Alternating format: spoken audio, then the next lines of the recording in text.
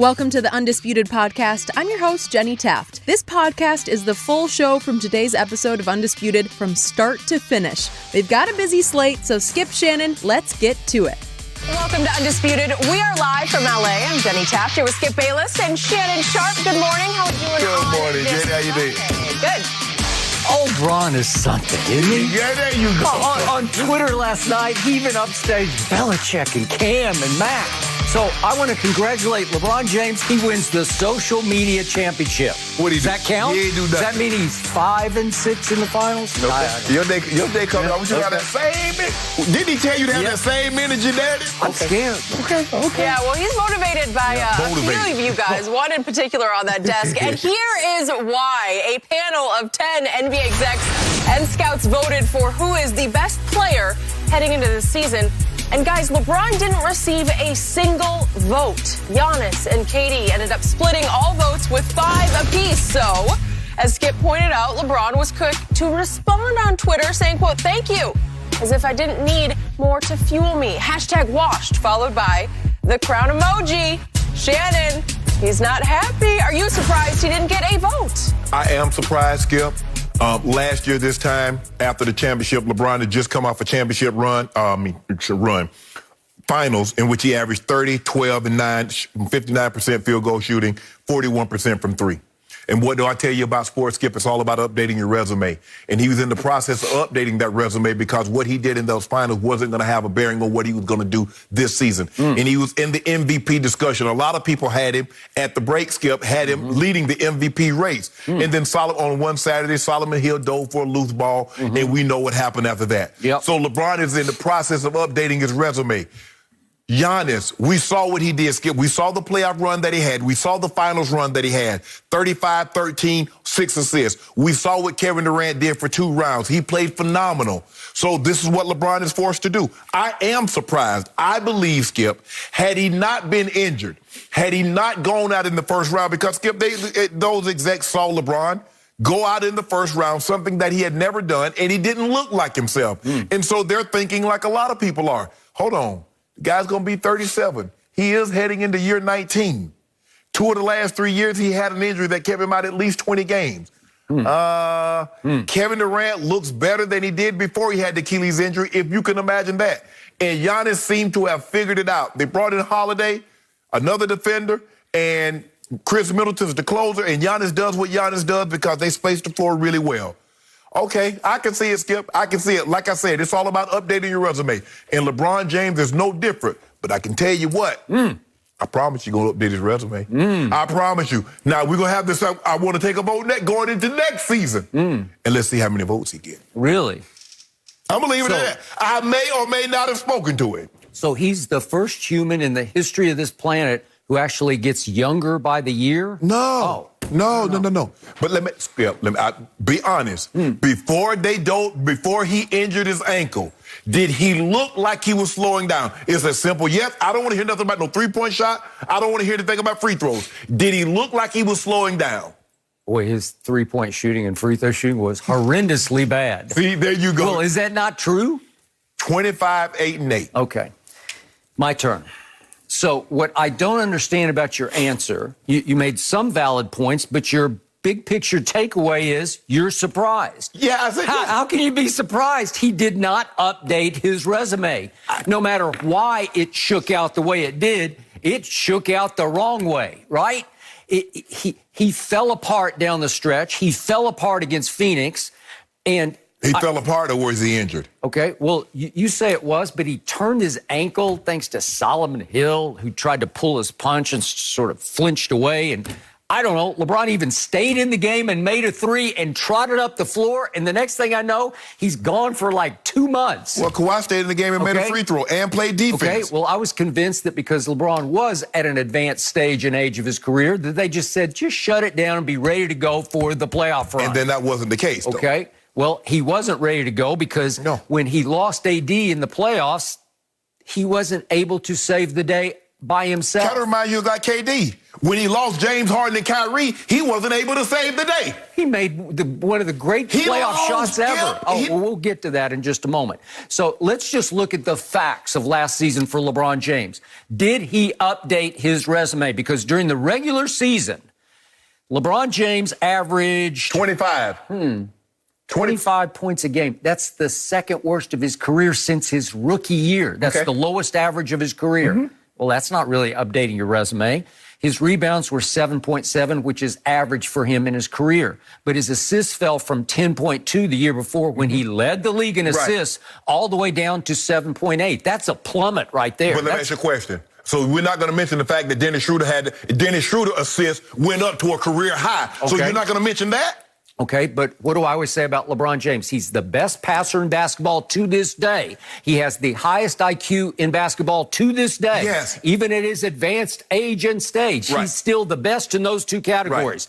Well, shouldn't he have a shot at leading the league in assists again? Isn't that what he does the best? But let me ask you a question. Skip, it's kind of like Mike Evans. Mike Evans is one of the best receivers in football. But did his numbers take a step back? Of course they did. Because why? Tom Brady sped the ball around. Chris Godwin got catches. Other people got catches. So now we're comparing LeBron James to Mike Evans? No, that's not what I'm doing. I'm saying someone else had the ball in their hand and they had a career high in assists. But you won't mention that. So what happened statistically to LeBron last year? His three-point attempts went sky high. They went to a career high 6.3 a game. Am I right? Okay. Why was that? Because he's no longer chasing Michael B. Jordan, as I said, his first year when he missed the playoffs in L.A., he's chasing Kareem Abdul-Jabbar's all-time point-scoring record. I remember you used to say he chasing Michael Jordan. Well, that was over a long time ago. That's done. Can I ask you, I just want to know one more thing, Skip. Well, wait a second. Career high 6.3 threes a game, right? Yes. And he did make 37%, which for him was actually pretty good of his three-point shots. But it's actually pretty bad in the NBA because that ranked 110th out of 156 qualified three-point shooters. Is that good? Well, that's way, way, way below average. So he's jacking up more threes, making not enough for the benefit of his team. So he's actually hurting his team from the three-point line. How many times did Jordan in his career shoot at least 37% from the three? They didn't even emphasize the three. But no matter if they emphasized, but they had dominated the league. He won 10 scoring titles to LeBron's 1. Kind of like Yikes. Kind of like LeBron. And then finally, we finish off his stats last year was 69.8% from the free throw line. That is abominably bad for a player of his magnitude. Was that better or worse than Giannis? And by the way, I don't care. We're not talking about Giannis. We're talking about LeBron. You said you were surprised he didn't get votes. Hold on. Time out. I haven't finished on the free throw shooting because you have no counter to this argument. That was the third straight year he's been under 70%, and that's the fourth in 5 years he's under 70%. And that 69.8 ranked 96th of 110 qualified free throw shooters. That is so bad that the blind witnesses have to sweep that under the thickest shag carpet that you can find to hide that stat. This is what you did. I give you a prime example of what you did. You said Tom Brady had the most air distance. That means the ball traveled, but he had the lowest completion percentage. But you didn't sweep that up under the rug. You said he was throwing the ball deep, but that doesn't take away from Tom Brady's greatness. Okay, but you said he was washed up. You said you saw a decline in his arm talent, and I said, he's throwing the ball farther than anybody in the league. But he had a higher incompletion percentage. Well, obviously, if you go bombs away, it's going to be harder and harder. Did it hurt the team? That's what they do. So what LeBron did hurt the team. So him shooting 37% hurt the team. Well, when you're jacking 6.3 a game, it's not enough. And most players who shooting that many threes are making 40%. Skip. It's a big drop. All I'm saying is that I'm surprised, given LeBron's resume. But like I said, he needs to update it. He was in the process of it. But I just asked you a question. One of the guys that got 5 of the votes, was his three-point percentage or his free throw percentage better than LeBron's? Thank you for bringing that up. How did Giannis get 5 out of the other 10 votes? How did he get them? I have no idea. Because he beat the guy that you said is the best. Really? Yes. I'm going to get to that in a moment, but I don't want to leave your man LeBron James before we finish off his updated resume in the playoffs. So here comes Phoenix, And here comes LeBron, and there goes AD. Because if we go to Game 4, AD managed to play 19 minutes, and then you know what happened. Right. He got hurt, and that was really the end of the Lakers, because LeBron is no longer able to solo star them past Phoenix in the first round of the playoffs, because they lost Game 4 by 8. We go to Game 5, which was at Phoenix, and there's no AD at all, and they lose by 30 points at Phoenix. Okay. And what happened with 5:44 left? I think we have this video. LeBron just decided that he was finished, so he got up from the bench and said, I don't want to associate with this mess anymore. I'm going to the locker room with 5:44 left. Is that leadership? That sends a message that I can't stand this mess. I'm out. That's not what that means. That's not what that means. You said that day, you said it was a bad look. It was a bad look, but that doesn't mean that's what it means, because this is what I don't understand with you. When Tom Brady yells, that's leadership. Somebody else does that, they're being a malcontent. They're being disgruntled. You can't have it both ways, okay. Skip. Tom Brady is the runaway, absolute, obvious GOAT. Yeah, but he's not perfect. Okay, but it doesn't matter, because this is about LeBron James. He's not perfect. Then we get to Game 6 back in L.A., the closeout game, and the Lakers lost by 13 points. So LeBron had 3 straight chances to say, watch this, I'm the best player in the NBA. And he came up short and shorter and shortest. Like Kevin Durant had 2 straight chances to show he's the best player in the NBA? This is about LeBron. It's always about LeBron. Talk about KD. Well, we're talking about LeBron, and you said you're surprised he didn't get any votes. Well, how can you be surprised? Because in those 3 games, he averaged a grand total of 26 points a game, and he averaged 4 turnovers a game, and he wasn't very good. So the executives and the scouts asked to give their opinion in this poll. They're saying, no, I'm not going to give him any votes. Okay, Skip, I said that. I said, Skip, he was in the process of updating his resume. I ask you a simple question. Was he not the MVP frontrunner before he got his ankle hurt? No, I did not give it. I told you the year before I gave it to him down the stretch. I told you he should have been the MVP going into the bubble. Skip, the man had his team in first place. They were either first or second place in the West. I think they were second behind Utah. Yep. LeBron James was playing extremely well. He was the leading vote getter again for the All-Star game. He was playing well. Okay. I'm surprised, but he did get injured. He did go out in the first round in the playoffs for the first time in his career, and he didn't look like himself. Nope. Kevin Durant did play well, but he had 2 chances to get to the West Eastern Conference Finals. He failed. Okay, now my turn on Kevin Durant, the best player on the planet by far, not even close. How did Giannis get 5 votes? I have no idea. Head-to-head, Kevin Durant outplayed Giannis. No, he didn't. In a playoff series of 7 games. Yes, he did. No, he didn't. Boy, the numbers just scream that he did. And by the way, Shannon Sharpe sat in that same chair and said to me, it was basically 1-on-5. That's what you said. But you don't care if he's the best player. I've been saying that when LeBron was in Cleveland. You said if he's the best player, he's got to do it. Okay, so here's what he did. Kevin Durant, in 7 games against Milwaukee, averaged 35, 11, and 5. That 35 was the highest he's averaged in any playoff series in his career. Is that good? That's pretty great. In that 7-game series, he shot 50% from 3. 50%. In that 7-game series, he shot 92% from the free throw line, and he capped it off with 55% from the floor. It's the shooting numbers are off the charts great. He outplayed a Giannis who only averaged 27 in those 7 games, 10 boards and 6 assists. So I'm talking about 35, 11, and 5 versus 27, 10, and 6. Who won? Who outplayed whom? That's the question. Skip, see, yes. You keep changing it. No, I don't change it. Who got the better of whom in the individual matchup? It ain't close, and you know it. I'm glad you did that. I'm glad you did that. Because you mentioned, Skip, you remember you always like to bring up that Orlando series. Well, let me tell everybody at home what LeBron did. LeBron averaged 38, 8, and 8, and lost in 6 games. And that is ancient history. Okay, that's back when LeBron was a young man. Skip, but you can't keep changing it. You can't say because Kevin Durant outplayed somebody and lost, he's the better player when you don't do it for anybody else, is all my point is. In the 7-game series against Kevin Durant, Giannis shot 13% from the 3-point line. What did he shoot One from of the field? 8. What did he shoot from the floor? 61%. Okay. 61%. Was that better than what Kevin Durant shot? How about from the free throw line? How about 54%? So wait a second. One guy shoots 50% from 3 to 13%. And then that same guy, Kevin Durant, shoots 92% from the free throw line versus 54% for Giannis. And you're saying that Giannis outplayed him? That's balderdash. Who won? Because that's what you always do. You say Jordan won. You say Tom Brady won. Who won? Could we see that shot one last time? It doesn't matter. Please? I want to see it. I want to see the toenail shot because he got his little toenail over the three-point line on one of the great playoff clutch shots you will ever see. That should have won the game, but by a minute fraction of an inch, it was not a three.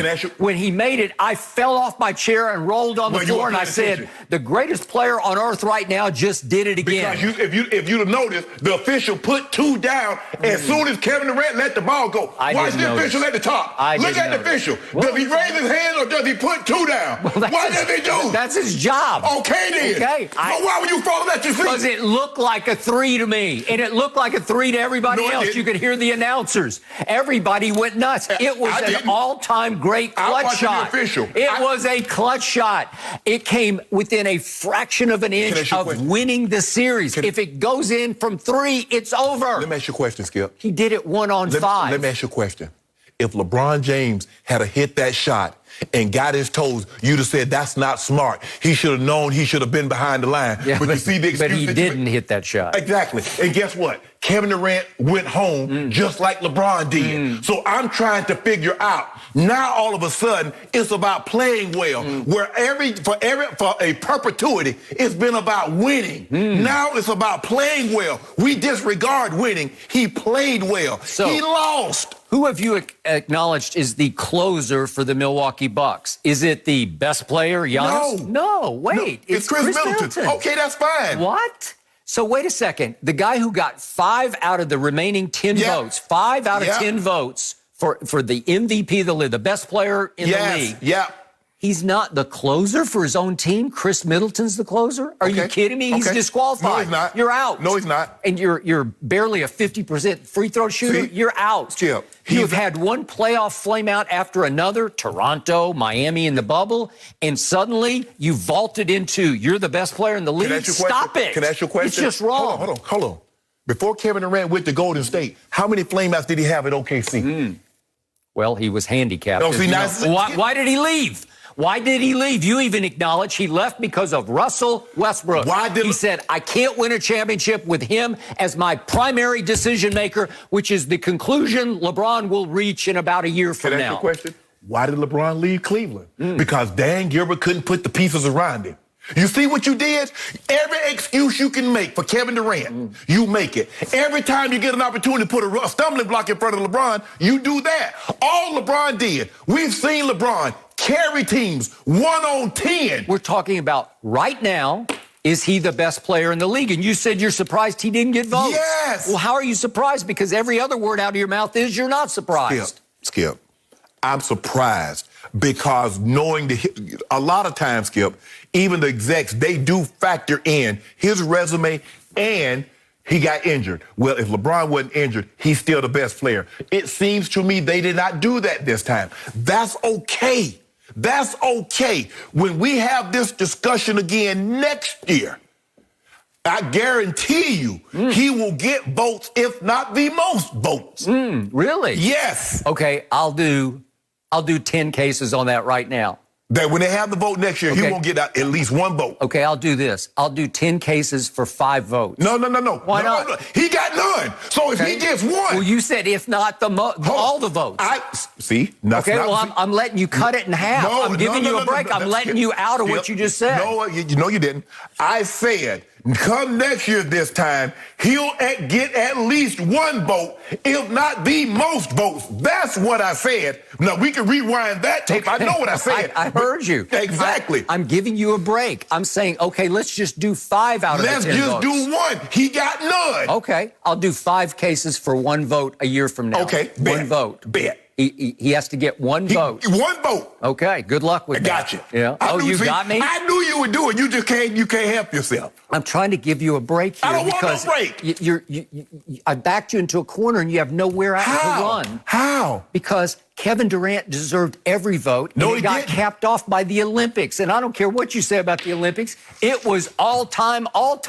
It was the first year we did not have a cavalcade of superstars go to the Olympics to win glory and bring home the gold for the United States of America. Even though we didn't have a cavalcade, we still sent the best team. We still sent the best players. Let's not forget that. Players. Skip.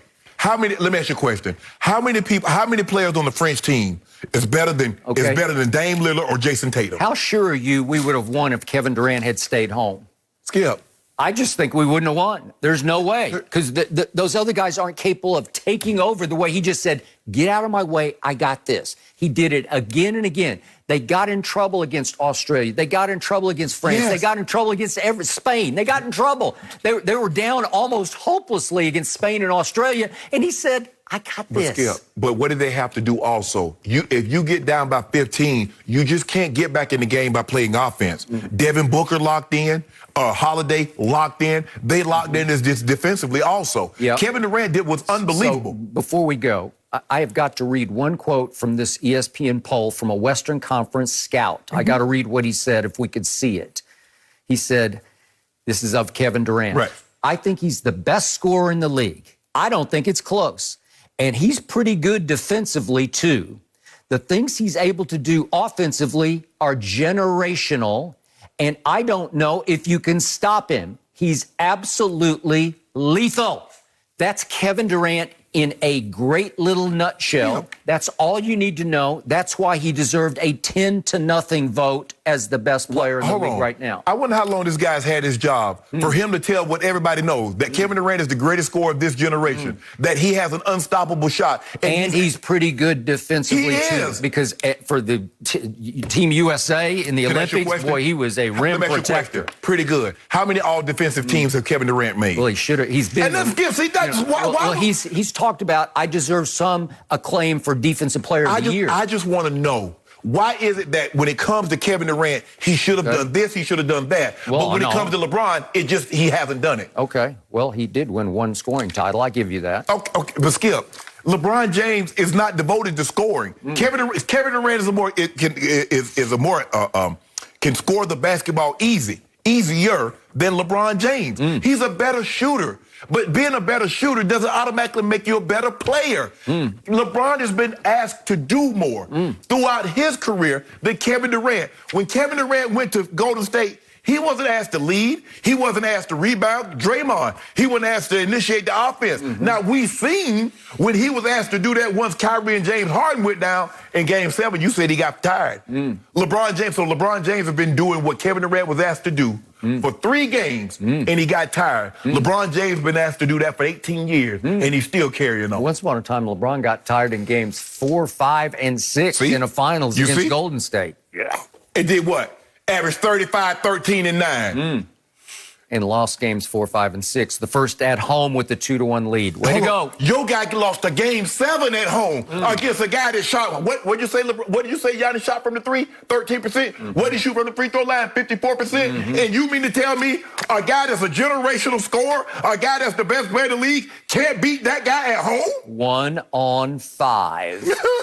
Yeah. But Skip, all I'm saying is you've never made that concession for LeBron. That's all. Well, you tell me he's the GOAT. Why should I make any concessions for a GOAT? Why would you make any concession for the best player in the NBA? I'm not making any concessions. He is what he is. He just keeps backing it up at every turn. Well, why wasn't he in the finals? Well, because his toenail was on the line. That's all. It's simple as that. When you do this, you said it was virtuoso. He put in games, what was it, 5 and which one? No, 4 and 6. He was like virtuoso. Game 5. 5. It was just like I've never seen him. That's as great as I've ever seen anybody play. No mercy. Well, Cam Newton and Mac Jones both had efficient games for the Patriots last night. Cam went 8 of 9 for just over 100 yards and a touchdown, while the rookie Jones went 13 of 19 for just under 150 yards through the air.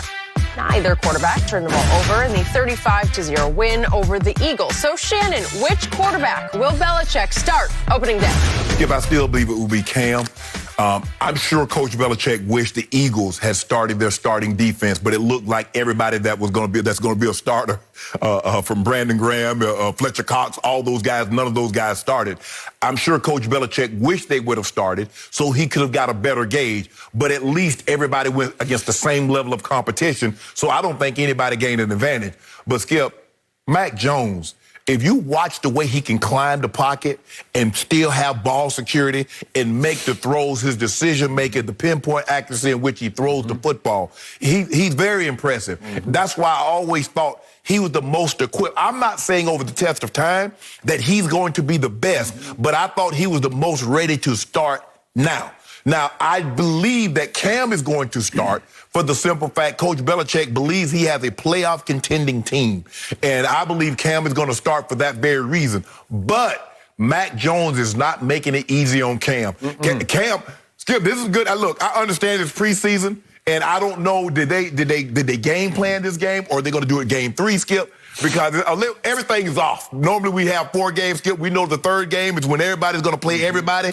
Yep. Maybe it's the second game, but it looks like Tampa's going to play all their guys the fourth game. Yep. The third game. So all bets are off. But Cam looked sharp last night. This is one of the best games I've seen Cam play. Yep. He was very decisive, ball security, threw the ball with conviction.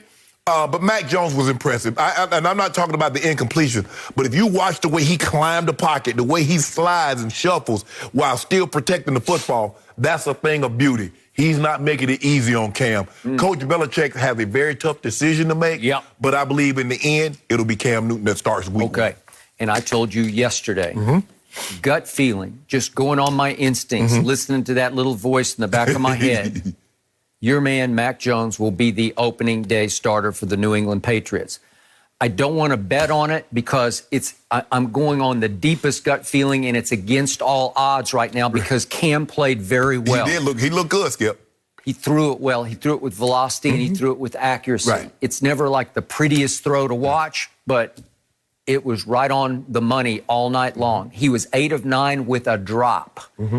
And that kid, the safety, second-year safety who plays for Philadelphia, that Kevon Wallace, in their joint practices last week started calling him check down king, trash talking him, check down king.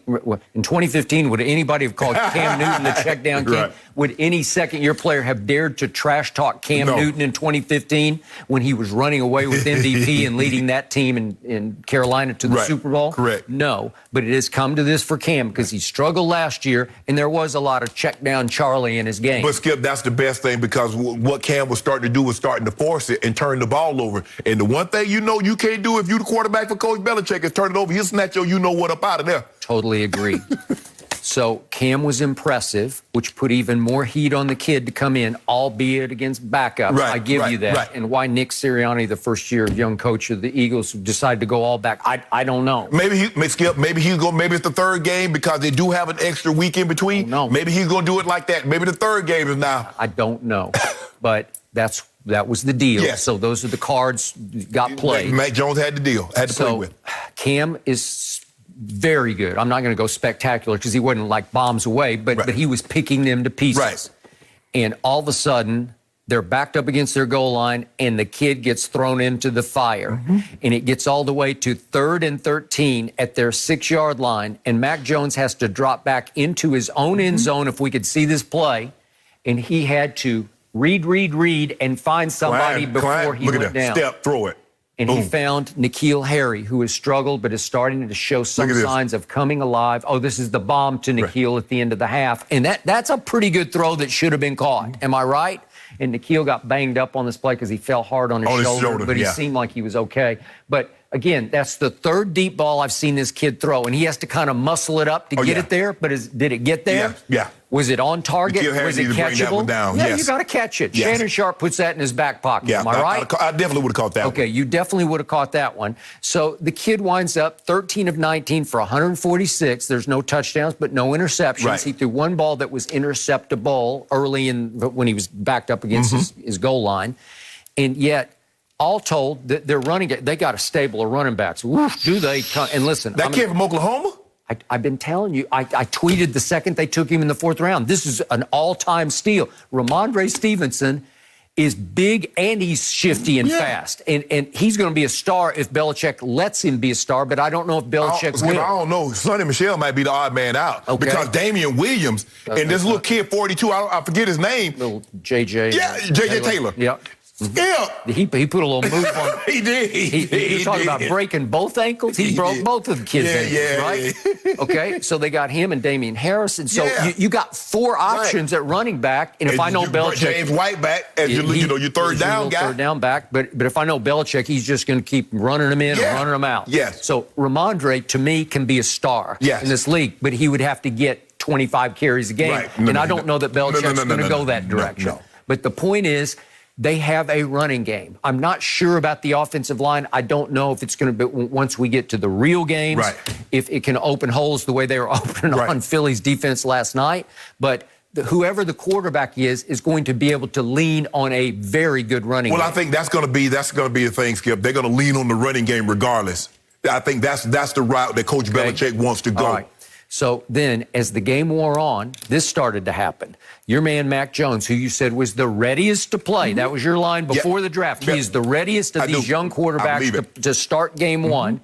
All of a sudden, he starts finding little Gunnar Olszewski, their punt returner, and he starts to look like a little Edelman Amendola, right? And if we could see the 4 throws, the 4 balls that he completed to Gunnar, that's pretty good. That showed me he had a little more mustard on that throw.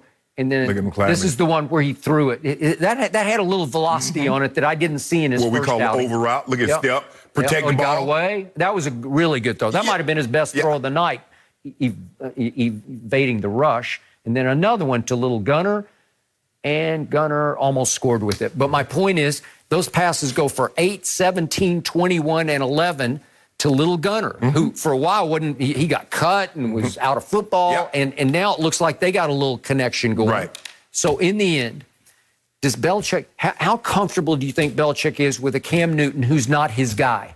Cam was an MVP elsewhere for Carolina. Belichick can't take any credit for Cam Newton, but now he's got his quote-unquote... Because guess what? Nobody wanted Cam. I took him up off the scrap heap for $1 million, got him back for a second year for about $3-4 million with a bunch of incentives, and I'm going to go to the playoffs with this guy. Okay, but where would you get more credit? From stealing Mac Jones in the draft with the 15th overall pick and starting him in game 1 and getting him ready for game 4, which is October 3rd on a Sunday night at home against the GOAT. Skip, if you remember, Tom Brady returns. But think about this. Remember, Coach Belichick said he believed Tom was ready to play that second year. He believed he was ready, but but Drew, that's Drew, and, I thought we had a pretty good team, and so I went with the veteran. I believe those instincts, he will go with that again. At that point, Bill Belichick was actually fighting for his coaching life because he had flamed out and failed in Cleveland. He had losing seasons 4 out of 5 years in Cleveland, made the playoffs 1 time. Right. And he came to New England. They went, 5-11 the first year? I don't believe he's fighting for his life, Skip, but I believe he's fighting for some credibility. He was at that point. No, he is here now. Oh, no, I meant back. In 2001. Yeah. But I'm talking about now, Skip. Then he was fighting for his job. His job is secure. But I think the thing is, because Tom has gone and had success there, I've given Coach Belichick the lion's share of the credit. You've given the lion's share of the credit to Tom Brady. Yep. So now Coach Belichick's on the hot seat as far as like, I can do this with someone other than Tom, because he did have some success, even though they didn't make the playoffs with Matt Castle. They didn't make the playoffs. I think they went 11-5, Skip, and then for some missed the playoffs. Odd reason they missed the playoffs that year. So Coach Belichick is going to have to show I can do this without a guy named Tom Brady. And so with that being said, I believe because Cam is the vet and he's played well. Skip, I'm not saying that Mac Jones hadn't played well, but if Cam had one little slip up, I think that would have been the opportunity. But I don't believe he's had that, and I believe he starts the season. I'm not saying he finishes the season, but I do believe he starts the season. To me, Mac Jones was made to play for Belichick because he's all business. He's no social media. Yeah. Cam, like LeBron, pretty much lives on social. Whatever his He speaks his heart. He bears his soul on social media. And I just don't think Belichick loves that. And if you give Belichick an opening, if you give him 3 games, we'll see how Mac plays and Cam also in the 3rd game.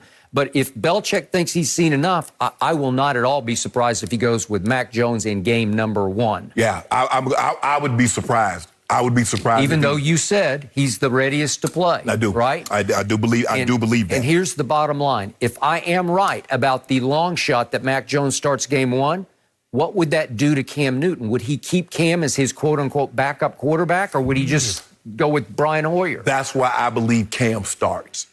Well, because if Cam's not your starter, you can't make Cam hold the clipboard. Right. I don't think. Right. Right. I mean, theoretically you could, but that's why another reason why I believe Cam Newton starts, because then what? And are you comfortable if something Mac gets nicked? Are you comfortable with Brian Hoyer? Really? Brian Hoyer, look, he's been around a long time. He's a very serviceable backup. But Brian Hoyer's not taking you anywhere. No, but the question becomes, who could take you farther this year, Cam or Mac? And it's a hard question to answer, because Cam, I know he got COVID last year, and as you said yesterday, who knows about what it does. Some people worse than others. Yeah. What was the hangover from it? What was, as you went forward? Did you lose some strength? Were you never quite yourself? He definitely looked different once he got back as opposed to before he left. Okay, well, he finished in QBR for the year, 30th out of 33 qualified quarterbacks. That won't get it, obviously. And he had some sensational games, Seattle, Buffalo. Not nearly enough, though. Yep, nope. But I believe Cam starts, Skip, for that very reason. Yes, Mac is ready to play, but Coach Belichick believes he has a playoff caliber team. Cam can do this. And so I'm not saying he has a long leash. He's definitely not getting the leash he had last year. He's not going to be able to play like he played 30th in QBR, Skip. That won't get it done. The low completion percentage, that won't get it done. But I don't think they're going to rely heavily on the quarterback anyway. I think they're going to try to rely on that running game. They just well might, and it is legit. Yes.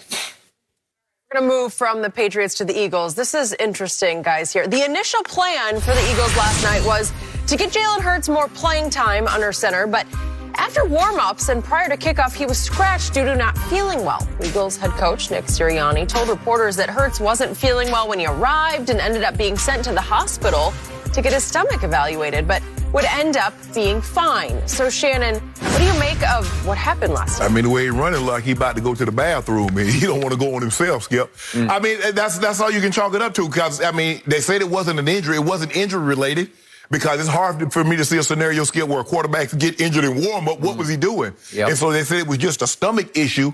Maybe it's something in Philly. You know, Joel Embiid suffered from that, so I think it's a Philly thing, Skip. Maybe it's the cheesesteaks or something going on.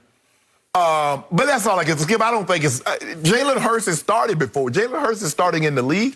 Jalen Hurts has played in big games at Alabama, has played in big games at Oklahoma. So I don't think the moment got too big and all of a sudden he got queasy at the stomach. I don't think that. I just think maybe he ate something and it didn't agree with him. And, you know, this is where we are. It happens sometimes. I can't recall. I've had some defensive linemen that had some stomach issue. Offensive linemen, you know, they go to the bathroom, throw up, and like, oh. You know, you hear that sound, then all of a sudden you start to want to throw, like, you got to close your ears. Yeah. But I've never had a quarterback to have stomach issues and have to leave the game or have to get medicine or something like that. Had some guys that have to take Imodium because, you know, the stomach is uneven. Oh, Mark's the rep.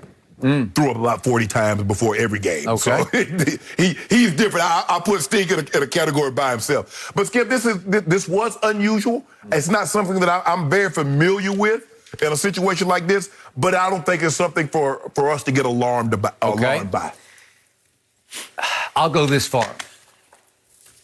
I'm a fan of Jalen Hurts, as you know. I believe in him. I believe he badly wanted to play in this game. I do too. And I remain suspicious about what happened. I don't know. I have no more facts because I only have the Eagles side of the story. Correct. I don't have Jalen's side of the story. But what do we know about Jalen last night? He did show up. Right. According to Nick Sirianni, the first-year head coach who's never been a head coach at any level. He's just turned 40 years of age. Right. So he's young, and it's all new to him. This is a whole new ball game to him off the field. Right. So he says after the game, he mentioned before the game, Jalen mentioned to me that his stomach was something upset. He had some stomach issue going on, but that he wanted to play. Right. So he dressed, he warmed up, and we even saw a shot of him sort of dancing, pirouetting between reps where he looked like he was getting excited to go play. So what to make of that? Right. Sirianni says when they went in before the anthem and the kickoff that he decided to shut Jalen down against Jalen's wishes. That Jalen still said, no, I want to play. I'm okay to go. Right. The next thing Sirianni says is that Jalen winds up going to the hospital. Was it appendicitis? Going to the hospital? Yeah. Because you got a stomach bug? Right. Well, you don't go to the hospital for a stomach bug. No. I've had 24 hours. Usually the only good thing about a stomach bug, it's hell for a while, but it comes and it goes, right? Right. Is that what it was? It's the going that really hurts, though. I got it. But again, can it wipe you out? Yes, Can it knock you out of a preseason game? And Sirianni's point was, it's just a preseason game, and I decided I'm going to shut him down for tonight. Right. And I'm going to shut down the whole offensive line. So he didn't have the offensive line go out with Joe Flacco, who then had to obviously start the game. Right. And right away, the backup center snaps it over Flacco's head. So it was all backups across the front of the line. Okay, so now he goes to the hospital to get checked out for what Sirianni said was some kind of abdominal infection. What? An infection? Like you got a parasite or something? You know, like what? And after the game, Sirianni is addressing the media, and he's asked, well, what happened? What happened when he came back? Or did you hear anything from the hospital? No, I didn't hear anything. If your alleged starting quarterback goes to the hospital for a stomach issue, wouldn't you, as soon as maybe at halftime, wouldn't you get on the phone? He said the doctor accompanied him to the hospital, the team doctor. Wouldn't you call and say, is he okay? Right. What happened? Normally the trainer. Either way. The team doctor would be in touch with the trainer, and the trainer would relay any information back to the head coach. If he indeed went to the hospital and you're the head coach, wouldn't you at least want to know what happened? What was the outcome? What was the prognosis? What happened at the hospital? Well, maybe they were still running tests and maybe they didn't know. I don't know.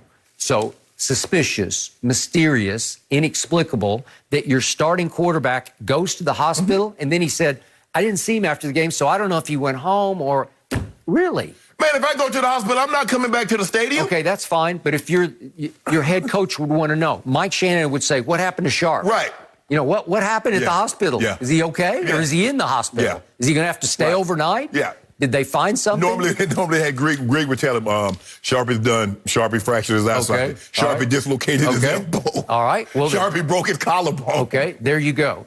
So, big picture, I've never gotten the vibe from the Eagles higher-ups that they are sold on Jalen Hurts. And obviously, you want to talk about getting thrown into a dumpster fire last year.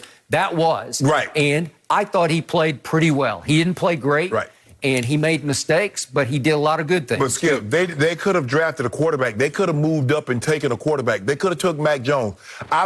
Look, do I believe that like they're all in? Like there's a quarterback available. If there's, if they don't play well this year and they're up there, one of these quarterbacks available, do I believe they'll take one? Absolutely. I believe they'll take the Rattler kid or the Sam Howell, the kid from North Carolina. And he's supposed to be a very high draft pick. So, yes, I believe that. But they did give Jalen Hurts at least 1 year to show them that I'm your guy for your future and your quarterback in the quarterback position. The team is in good hands with me. But Joe Flacco ain't the answer. We know that. Well, when they signed Flacco, I wondered if they thought he was a 1A, like a fallback solution, just in case they didn't love what they saw from Jalen in the preseason. Yeah. I didn't know. Listen, Joe Flacco still has one of the all-time great playoff records. There's no doubt. He also has been Joe Fluco during the regular season. But Skip, it's kind of like Nick Foles. You got to get him to the playoffs before you can see that side of him, because he gonna stake it up in the regular season. Yeah, he's 2-13. He's 2-13 in his last 15 starts. He was 0-4 for the Jets. I don't know if you remember. He played for my Broncos, and he was a mess. He was good and terrible. He was a mess. So what I always wonder about the Eagles, and obviously I'm not an Eagles fan because I'm a Cowboys fan. Yeah. And they got wiped out last night. It's not very often, Skip, you see somebody get beat 35-0 in a preseason game. Preseason game? It should have been worse than that because the field goal kicker from, I think he was trying to get cut. Well, he's done. He's gone. He should have just not even gotten on the bus. I mean, the PAT, that's the third PAT he's missed in the field. And they weren't even close, Skip. No, I do agree. So, in the end, I look at this young staff, and it's by far the youngest coaching staff in the league because Sirianni just turned 40, and his offensive coordinator, his offensive coordinator is 36, and his defensive coordinator is 38, and his special teams coach, Michael Clay, is all of 29 years of age. So I ain't heard of not one of them guys. Then you have, they have no experience at a high level, right? Not one. Okay. So Howie Roseman's obviously GM, but I'm going to go up one level higher to Jeffrey Lurie, the owner. Jeffrey Lurie has some Jerry Jones in him, but it's not public Jerry. He's behind the scenes, Jerry. Behind the scenes, but he has his fingerprints are all over this. Of course. I just get the feeling that Jeffrey Lurie runs the football operation more than from on high without holding a post-game press conference the way Jerry does. He doesn't hold any press conferences. He doesn't have a radio show. He's not out front. He's behind the scenes. But here's the thing, Skip. There's the difference between the fan base in Dallas and the fan base in the Eagles. If the Eagles turn, they don't care if you're the owner. They don't care if you're the star player. They will boo you. They'll call into those talk shows, and they will obliterate you. That's not going to happen in Dallas because not to that extent. Okay, so in the end, I have wondered from the start whether Jeffrey Lurie has bought into Jalen Hurts, and I'm highly unsure of that. Right. So that's what made me skeptical about everything that happened last night. It just didn't smell right to me. Well, I don't know if any of them is totally bought in. I think the thing was last year, Skip, is that Carson Wentz was playing so bad they had no choice. Yep. That's what that was. It wasn't like, oh, man, let's give Jalen because he's been ready for this moment, yada, yada, yada. Wentz was just playing so bad, they had no choice or they were about to lose the team. Yeah, and then what happened to Jalen Hurts in the end? Dougie P. It was the beginning of the end of Doug Peterson. Yes. We go to the fourth quarter of a close game on a Sunday night, wasn't it? A Sunday night? Yeah. That was against the Washington football team. And he goes to the third stringer. And he benches him. What was the name? Nate Sudfeld? Yeah. Is that who he was? Nate Sudfeld. Yes. Wow. And I think he's with the 49ers now. But Dougie P. goes to Sudfeld over Jalen Hurts. And Jalen's over on the bench saying, I don't know what's happening. Yeah. Right? Basically, he gifted the Washington football team the division. That was it. Because the Giants, I think the Giants would have won. Yep. So I did enjoy seeing the Eagles just get wiped out. Oh, they got wiped out, Skip. Ooh. Yeah, and it's cry, Eagles cry, right?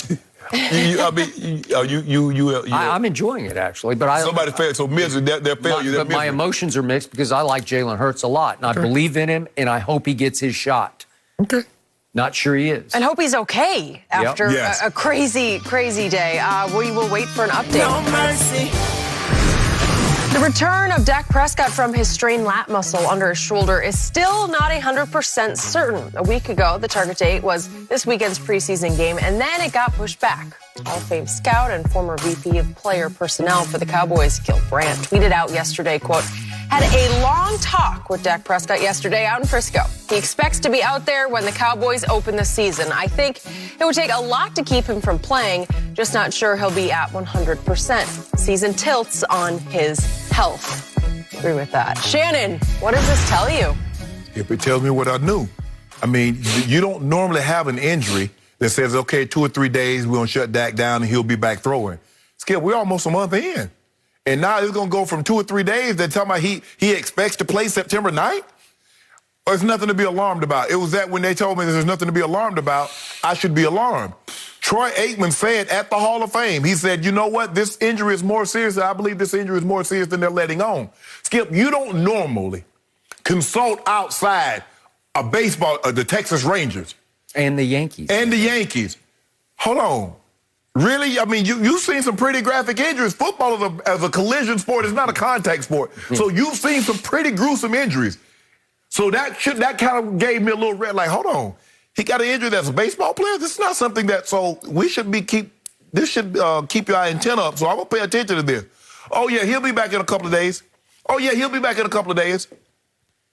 Skip, it's been 3 weeks and he ain't back. And now he expects to play, but possibly won't be 100%.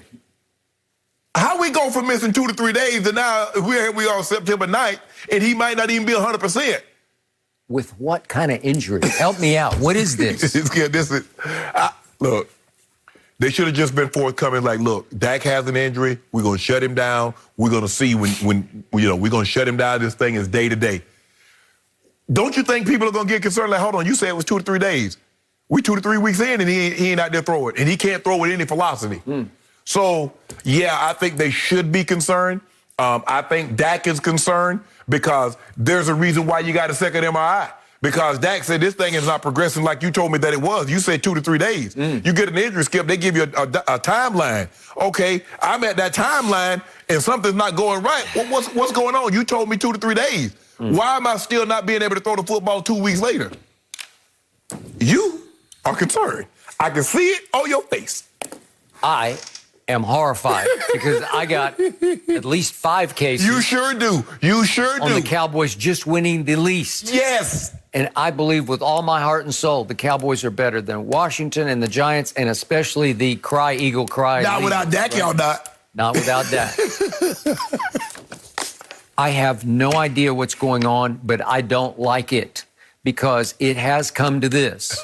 It has come to a report, albeit from Gil Brandt, that he says not sure he'll be 100% on September the 9th, a Thursday night at Tampa or Tampa Bay against the defending champs, Tom Brady, in that offense that I think will be the best in the league, and against a defense that at the end of the year last year was the hottest defense in the National Football League. Skip, but didn't they play that preseason game August 5th? The preseason game. The Hall of Fame? Yeah. Yep. And so you talk about September 9th, Skip, that's 1, 2, 3. Skip, that's almost 5 weeks. Okay, now for the second irony here. For our viewers who don't know this, Gil Brandt once upon a time was considered the draft master of the Dallas Cowboys. And through the 1960s and 70s, he made Tom Landry. I'm telling you, he made him because he was the only one in the league focused upon drafting by actually going out and doing the legwork required to finding in the weeds the Thomas Hollywood Hendersons at Langston College. Rayfield right out of Fort Valley. There you go. And he just ran rings around the NFL, most of which at that point would draft players out of the Street and Smith College magazine. Oh, he sounds pretty good. We should take him in the first round, right? He the one that put together all the 40s and the shuttles and the one that he did all that. He forced the hand of every other team to actually start spending money on a scouting department. You're absolutely correct. Thank you. Yep. But as he got to the 1980s, Gil had to try to uphold his genius label by reaching farther and farther for the next Hollywood Henderson or Rayfield Wright, and he started to swing and miss. Too Tall's another great one. Swing and miss, swing and miss, swing and miss. So the same draft master who made Tom Landry flat out broke Tom Landry. Through the 1980s, it got worse and worse. And if you go look at their drafts, it's just like bust, bust, bust. I didn't want to call their names because I knew them all and I liked a lot of them, but they just couldn't play. Yeah, the 60 and 70 draft, they're littered with Hall of Famers. Oh, my God. And it went all the way to Randy White and all those guys. The Dirty Dozen draft of 75. It's just loaded. You just went 12 deep and you hit on every one of them. They all made the team and they all helped carry the team to the Super Bowl. Okay, so that was the same Gil Brandt who, the day Jerry Jones took over, he decided the first man he's going to fire at what was then called Valley Ranch was Gil Brandt. And he fired him. He had the security guards go get Gil Brandt and escort him out into the parking lot to his car because Jerry knew full well, because everyone told him, Gil's turned into just a caricature of himself, you know, like a parody of himself. And so that's the same Gil Brandt who I guess it was yesterday, was at Frisco, at the Star, at the facility, sitting down one-on-one with Dak Prescott, with Jerry obviously blessing that, but now Jerry and Gil are both side by side in the Hall of Fame. As a matter of fact, Jerry Jones was Gil's presenter.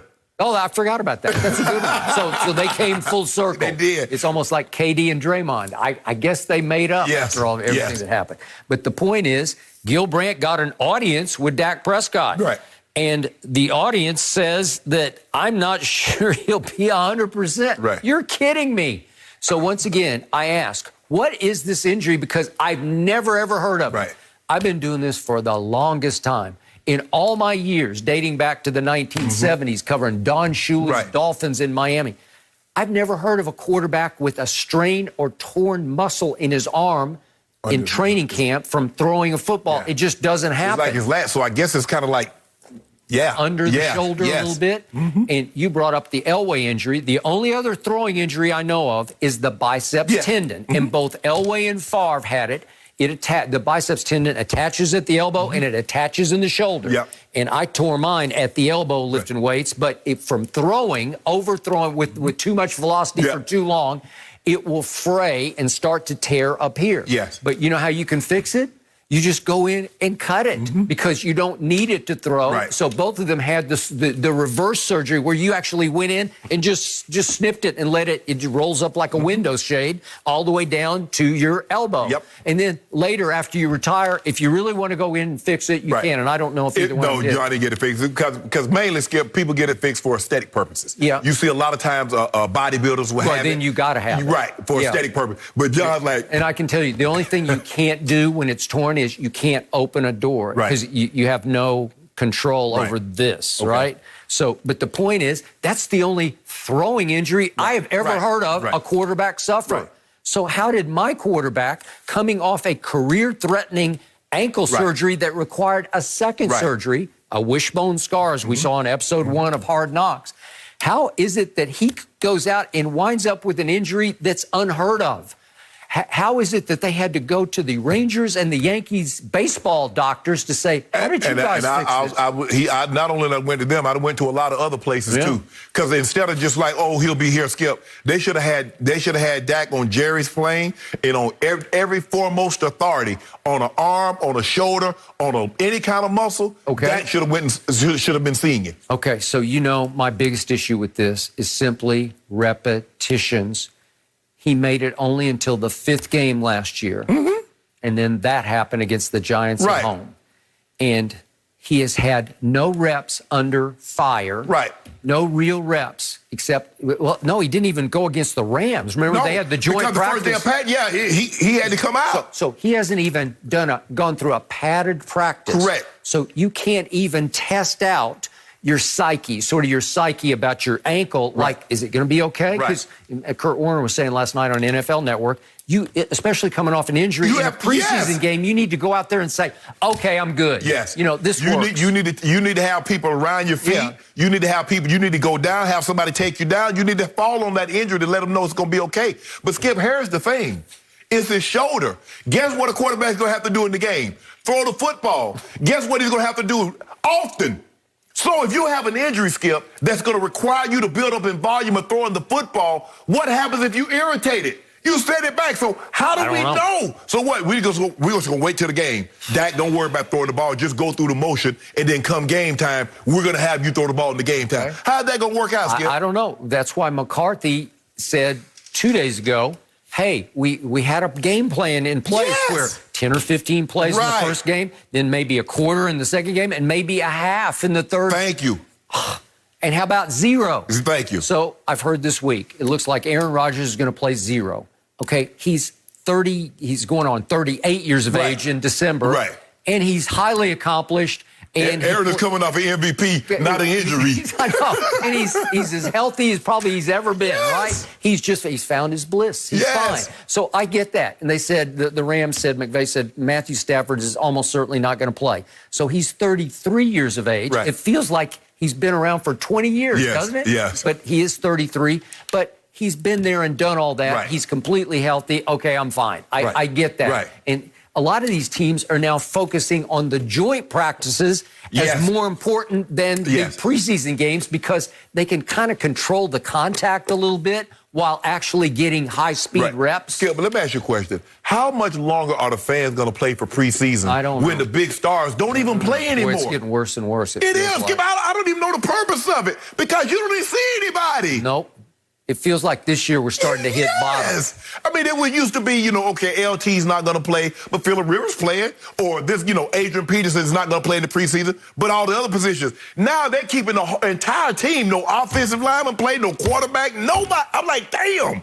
don't know. These guys in their first and second year, and they're not even playing. And I thought this would be in a 3-game slate. The second game would be the dress rehearsal game. So let's see what happens tonight and tomorrow night and some on Sunday because we got a full slate of games.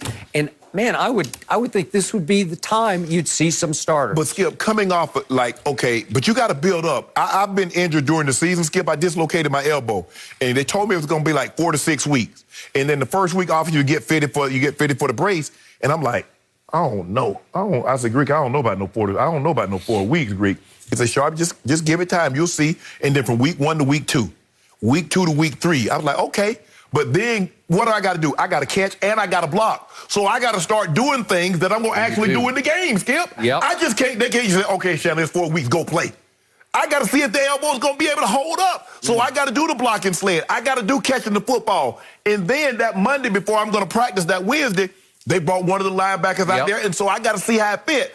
I just don't know how Dak is going to be able to not throw the football and just go in the game and know if he can just let it go. I don't know how. Against a defense that demolished Drew Brees at New Orleans and demolished Patrick Mahomes in the Super Bowl and beat Aaron Rodgers at Lambeau. That defense. Really? The thing that Tampa does is that they force you to throw the ball in tight windows. So you're going to have velocity on the ball, Skip. You can't be doing what he's doing in practice about, Dak is throwing. That ain't throwing. Can Shaq Barrett rush the passer? You better believe. Can Sue? Can Devin White? They got Vita Vea. They got JPP. Yeah. Can Devontae David. Can they? Yes. So, good luck. Maybe they should sit Dak for the first game just to save him for the second game. Well, hey, if it takes another week, Skip, you're already going to catch the L. So you might as well just go ahead and give another week to recover. Because it's better to have him for 16 games as opposed to possibly having to play, and now he might miss another 4 or 5 games. You in trouble. I told you you're going to be in trouble. Well, I'm 0-1, but then we'll see what starts happening. You are in trouble, sir. Yep. We play in the least. So we're not in trouble. It doesn't matter. Yep. If y'all got Danucci or Gilbert, what's eating Gilbert's great? Giants and the Washington football or BAD. team. He can play chess. I don't know if he can play quarterback, but he can really play chess. Okay, Mr. Swag. Unfortunately, that's kind of all we know about him at this point. That, yes, he can play chess. No mercy. All right, guys. Yesterday, LeBron tweeted out, quote, "Thank you, as if I didn't need more to fuel me." #washed, followed by the crown emoji. This was in response to the Lakers superstar not receiving a single vote in a poll for the best player in the NBA for the upcoming season. So yeah, he's a little riled up. Shannon, what did LeBron's tweet response tell you? Well, he can't believe that people are counting him out, counting him off. And he's like, he's got something to prove. And he knows it, Skippy. Look, he understands that 37, and we don't normally see guys play this well at this advanced age. That's the most points someone has ever scored in year 18, 25 points. I think the next closest is Karl Malone at 20. And for him to get 25, 7, and 7 at that age, he understands that, okay, that's what y'all think of me now, huh? Have one little blip where I get an injury, and now y'all really write me off. Okay, I'm back. I got something for you. So he's already in the lab. He's already cooking up something for you, Skip. Is he? For you. Open tonight. You're going to see it. Really? And Christmas. We're going to watch this together. Maybe 12 out of 12 free throws? I'm thinking something like, just for starters, I'm thinking something like a 28, 10, and 8. Beat y'all by about 6 or 7. Let y'all know what's really happening. Who's y'all? Am I now a y'all? You're a Brooklyn. I'm a KD. You're a Brooklyn Nets fan. You're a KD fan. Nothing but Nets. Okay, nothing but Nets. But Skip, look, he understands it. It gets frustrating. Skip, it used to happen to me. I make the All-Pro team one year, and then when the magazines come out, the prediction for the All-Pro guy it was somebody else. I'm like, well, damn, did I go away? Did I retire? I'm like, I'm only 26.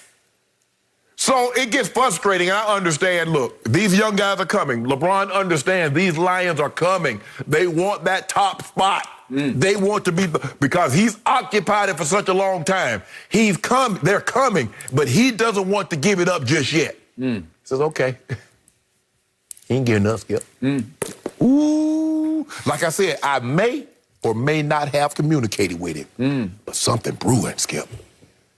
I've heard this before. You know what happens? Yeah. I told you when he got hurt last. I say, that bubble, you remember what happened, Skip? On a mission. So every time I see another warning shot from LeBron on social media, another vow, another, you better be careful. Don't you better. And I'm like, really? You're better than this. No, you don't need to do this. And I'm sorry, just because you always say he's the GOAT and I say he's the phony GOAT, we have to put him in the Jordan conversation, so we have to make the Jordan comparison. Yeah. I can't imagine, even though there was no social media like this back in Jordan's day, even if there had been, there's no way he would have stooped to post his vows on social media. He didn't say it. He just did it. He said it too. No. He told, who did he tell? Danny Ainge. He said, you tell that you know what on the golf course? Yeah. I got something for him tomorrow. But that's private. That's player to player. It's not posting it on Twitter. But guess who does that? Tom Brady. When Tom Brady posted it, I can't believe y'all gonna keep that mofo. He did it. Tom Brady, why Tom Brady got to do that, Skip? Who was he talking about? I don't care who he was talking about. Why did he have to do that? We have seen a new Tom Brady, but that's after he won 7 Super Bowls. He's won one more championship than Michael Jeffrey Jordan won. Okay. He's unbelievable, and he's just clutched up in every Super Bowl. Why? Because people doubted him. People thought he was over the hill. People like myself. He was a 6th-round draft pick. People like you. Yes. It was for you. But a lot of this, and it's the way I do business, when somebody says something about me, I put it on the refrigerator door. So every time I open the refrigerator, I look at it and say, that guy said that about me? Yeah. Watch this. Right. Okay? That's how I do it. I believe. Why you care what people say? You told me not to worry about what people say. It just depends on who says it. But every once in a while, I need some motivation to get up at 2 o'clock in the morning, and it's on the refrigerator. I'm your motivation. Yep. So I'm the one that's on your refrigerator. I thought of you last night when I saw this post. I said, okay, I got him on this one. So okay, here's the problem with LeBron. He has 145 million followers combined on Twitter and IG. Yeah. Think about that. 145 million? It's an absurd amount, and I feel like he's trapped in it. You become a prisoner of that kind of following, where you feel like you have to live up and basically post your life on Twitter or IG. Your whole life, everything you do, you need to share it with them because they're on the edge of their seats waiting for your next post, right? Yeah. And so every time somebody shames you or disrespects you, where you get 0 votes. Motivated. Okay? You don't keep it to yourself the way Jordan did. He was always just picking fights with people for no reason, just to motivate himself. I told you the Calipari story. Calipari's coaching the New Jersey Nets. They're playing in the first round of the playoffs in '98. And Jordan is scoring like I think he scored, 40-something that night in that game at New Jersey. And every time down the floor, he's pointing at Calipari. And I'm like, what is that about? And I asked him after the game, well, what's your relationship with Calipari? He said, I don't know Calipari. I said, well, why were you pointing at him? I don't like the way he struts up and down in front of the bench. You don't like the way he carries himself during the game? He's just picking a fight that wasn't even there. But, Skip, even Jordan has said, they had a conversation with him, I think, 2 weeks ago. He says he doesn't know how he could have survived in the social media era. Maybe you're right. I don't know. Skip, you know he was so private. Skip, you know how Mike was. Okay, and I agree. Nike would have pressured him to do something socially to promote Jordan Brand, obviously. So I don't know how that would have played out. I just don't think he would have been posting vows like, I'm going to show you, because he just showed you. He just went and did it. And the night he's doing it to Calipari at New Jersey, he's literally doing it while he's pointing. I think the thing you'll Skip is that now guys didn't have that opportunity, but I believe if guys would have had that opportunity, I believe Magic would have had an IG. The only guy I believe wouldn't have had an IG would have been Larry Bird. I don't believe Larry would have had one, but I believe Jordan would have had one. Now, I don't know what he would have been posting, but Jordan would have had But, Skip, you know how Jordan is. They asked Jordan, well, okay, they're at the Olympics, and Ahmad Rashad's like, okay, final shot. Bird, Magic, or you, who's taking it? What type of question is that? Me. Okay. Why would you even ask that? Okay, well, that was an honest response. Okay. Well, no matter the question, who can fly the space shuttle better, you or the astronaut? Really, what kind of question is that? You know I can fly the space shuttle better than an astronaut. No, he wouldn't say that. Yes, he would. It's just any in the basketball context, he knew he was the best. Yeah, but Skip, I'm just saying, now you have to understand, you really have to adapt to the time and look at it from an athlete in today's time. I believe if today's athletes were back then, they would have been much like the athletes were back then. And the athletes back then, if they were in today's time, they would be just like a lot of the athletes. They're just adapting to the times. Okay, but he's just playing to the crowd now because the crowd is waiting for LeBron to post with emojis. I didn't need more to fuel the fuel emoji me, right? Are you not entertained? I guess so. You know his favorite movie. You know what it is. Gladiator.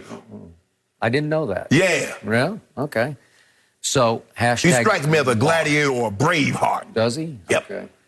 Hashtag washed, and then always we have to... We have to end it with the crown emoji, and I'm like, king of what? You know what he's the king of. What are you the king? King of Brentwood? King I don't James. know. Brentwood's a community he lives in out here. I'll give you king of Brentwood. No, he the king. There are a lot of famous people who live in Brentwood. I'll give you king of Brentwood. Don't do that. Huh? Don't do that. You know what he's the king of. He's always been the king. See, everybody get upset, come on, the chosen what he get. No, he didn't.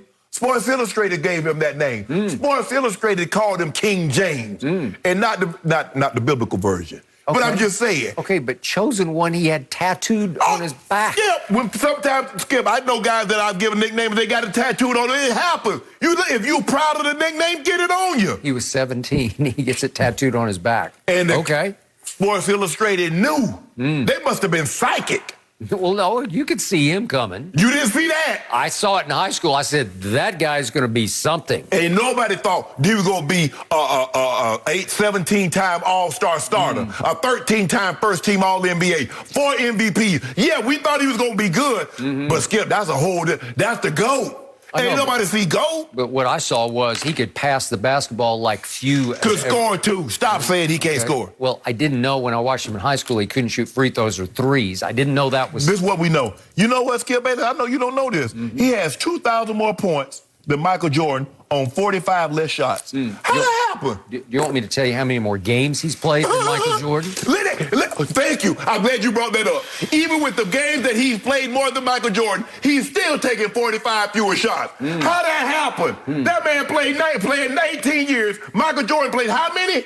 And he's still taking 45 fewer shots? Because Michael Jordan was simply the greatest scorer of the basketball ever, including Kevin Durant. Even you would agree with that. Only ever. Skip. Only Wilt Chamberlain had more shot attempts per game than who? Wasn't Michael Jeffrey Jordan, right? 10 scoring titles for Michael, 1 for LeBron. Skip, you just said that the man went out there and scored with all those shot attempts.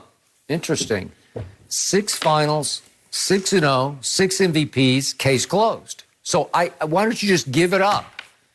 And go ahead and post on IG, post on Twitter. Go ahead and fire your warning shots. At the 5. league. About to be 5-5. The $5 foot long. Yep. We got 5 championship rings, 5 MVPs. Yeah, I remember that first year in LA, late in the season, he had his pulled. What was you bringing up old stuff? No, that was ancient history. 2 years. You told me so. That's ancient history. Okay, ancient history. He says I got to activate playoff mode. Posted on Twitter. Like, and I told you the next day, I'm scared. Oh, did they make the playoffs? They didn't even make the playoffs. When it was in the bubble and he activated, you like, he's the most mentally weak, and now everybody didn't want to be there. Okay, well, how you so weak? Everybody else tapped out. Yep. Everybody else was tapping out. We tapped in. That's not about making late game clutch shots. That's about just keeping your team together in the bubble. You saw what he did against the Nuggets when he told Chris Haynes, I'm going to end this bleep tonight. I'm ending this bleep tonight. I'm glad you brought that up. I did see what he did against the Nuggets because on the final shot, the play was called for LeBron James. And Rondo said, I locked eyes, and he did not move. And all of a sudden, Rondo's desperate and has to whip it out to the flank to your man, AD, who looped all the way around the formation. Decoy. And hits a towering 3 at the buzzer and saves LeBron. Look, I know you think that every pass was intended for me, but sometimes I was a decoy. Yeah. So Ed and Rod could do what they needed to do. Why was the play in the huddle called for LeBron and that he was not supposed to be a decoy on the play? He froze. If you don't mind he wanted no part of the last second shot. If you don't mind me asking, why wouldn't Plumlee switch? Why wouldn't Plumlee switch? Because he knew the GOAT was right there what was going to happen. I locked eyes, said Rondo, and he did not move. Decoy. Really? 80. You know what? Kobe. LeBron was so blessed that AD made that shot, or he would have been so in the crosshairs of the media, they would have said, well, Skip, he ran from the last shot again. We let them have a game to keep it interesting. But you know what we did. And just like you thought, oh, they won that Friday night when Jimmy Butler. I saw your tweets. I saw all your little tweets. Come on, okay. I didn't know you followed. Don't worry about how I don't follow you, but people were sending them to me. I said, go got this on Sunday. Yeah. And, boy, that was really good against a fifth seed from the East without its top two playoff scorers. I want you to have that same energy because San Antonio Spurs be the 8th seed in the Knicks. And you ain't say nothing. I said it had a big old ugly asterisk. Oh, because they're the 8th seed. Well, no, but you're talking about the strike year. Is that what you're talking about? They're the 8th seed. That's so. No, ain't no asterisk by anything. Ain't nobody gained no competitive advantage. Everybody played the same amount of games. Everybody played in the same situation. It wasn't like somebody else was playing in the bubbles and the Lakers were playing in the Staples Center. Yep. Cubic zirconia. Don't do that, Skip. You're a hater. You got it. You're a hater. you that. You're a hater. I tell you what, I bet Jerry wants some cubic zirconias. Guess what y'all not gonna get? Yeah. Yeah. We got 5 of them. So okay. That's ancient history. Whoa, you talking about the pyramids of Egypt, ancient. Yeah, right. That's true. We got 5 pyramids of Egypt in Jerry's office. When last time y'all won one? Oh, it was back in the 1800s. Yeah. The Patriots done won 6 since then. Yeah. The Broncos have won 3 since then. I mean, so many teams have won so many. And LeBron has lost so many. 4 and 6 in the finals. Ungoatish. Think about it, Skip. Only 3 teams have gotten to the finals more than that man. Oh. The Celtics, the Lakers, and the Warriors. Only 3 teams. It's like Tom Brady. Tom Brady has been to the Super Bowl, been to the Super Bowl as almost as many teams. Only the Steelers, have gone to that many? 49ers, Broncos, Cowboys. King emoji. King of what? King James. What? Hashtag wash cake. Hashtag GOAT. Hashtag GOAT James. Yeah. Hashtag I'm the one. Hashtag you hate it. Hashtag put a sock in. You a hater, Skip. The more crown emojis he uses, the more angry he is getting and more fueled up for the season. That's what I'm afraid of. He listens to all this hate. He listens. You know he had that emoji with the smoke coming out his nose. Yeah, that's when you know you be trouble. Patiently waiting for that one. No mercy. The Rams and Raiders got into a fight during their joint practice yesterday, and Jon Gruden wasn't pleased with what he saw and didn't hold back talking to reporters. Take a listen. I thought we had a great work today until the special teams, right at the end of the special teams period. I have no idea what that was, but that's enough of that crap. You know, it's not good for football. It's not good for anything. So that's the end of that. That's the end of that practice session. It was 2 guys in a special teams period, and then it was a lot of trash talking that escalated. It's just sickening, really. It's just stupidity, but I'm done with that. It's just child's play to me. Shannon, you surprised at Gruden's reaction? No, I think the thing is, Skip, is that there's 2 things going on here. Jon Gruden realized you only get so many opportunities to do this because, like you said, we're starting to see less and less guys play in the preseason, and they're using these joint practices as some of their preseason games. So you only get so many opportunities to look at maybe some of the young guys because your starters are not going to be playing. And second of all, Skip, and I think maybe this might be first, is that Jon Gruden signed a 10-year deal for $100 million. Jon Gruden hadn't sniffed the playoffs. So that's $10 million a year, and he's not close. Jon Gruden is starting to feel the pressure. Like, hold on, bro. When am I going to get a return? I invest my money. You tell me I'm going to get 5%, and that's going to start, in 2 years. Okay, well, I look at 2 years, I don't see no 5%. I see 1%. I'm like, well, what's going on? You told me I was going to get some dividends, and I ain't getting nothing. See, Skip, all that sounds good. When he's up there at the EFN, he talking Spider Y2 banana, X2 bingo, all that stuff sound good. Ooh, man, look at Jon. Man, Jon get back on the sideline, he gonna be dialing them plays up. No. This happens all the time, Skip, especially in scrimmages like this, inter squad. Guys get to talking, it's hot. Been playing 14 years, Skip, and coming in, look. How we gonna do this, guys? We playing snap the whistle. We playing snap the after the whistle. How we doing it? Now, we played Carolina Panthers in '96. We had scrimmage. Kevin Green say, "Hey, Lil Sharpe, we brother-in-law today. We brother-in-law. Powell coming. I move you out the way. Let's make it look good for the camera because you know the eye in the sky looking. Yeah. Boom! Good block, Sharpe. Yep, sure was." Skip, I ain't all that, but we're going to get our talking in. We're going to have fun. But ain't nobody Skip, because I know how Mike is. You get out there and start the fighting, Mike going to say, oh, y'all got all that energy. Okay, don't worry about it. After that practice, the scrimmage we had with them, guess what? Mike going to get ass out there. We're going to practice some more. But I ain't got time for all that, Skip. If you got all that fighting, you not practicing hard enough. Okay. I was shocked by this diatribe, this scathing rejection by Jon Gruden. I did not see this coming. Again, I have been covering this game longer than you played it. I can't tell you how many summer days I have spent on practice fields watching endless camp practices. Back in the day when there was no limit on them. Where they could just run you in the ground in the Camp heat. like 6-8 weeks. It was ridiculous. And I go back to Chuck Knox's Rams, who were training down in Fullerton back in the 70s. I would stay down there in the camp dorms to cover them, and then segue to Tom Landry and Jimmy Johnson's Cowboys out in Thousand Oaks, California. I'd stay in the dorms where the players were living. I'd stay there for weeks just living in the dorm. So I would go out to every practice and watch them because they were all open. I cannot even begin to count. I don't have enough fingers to count how many fights I saw because they were usually intramural fights on your own team.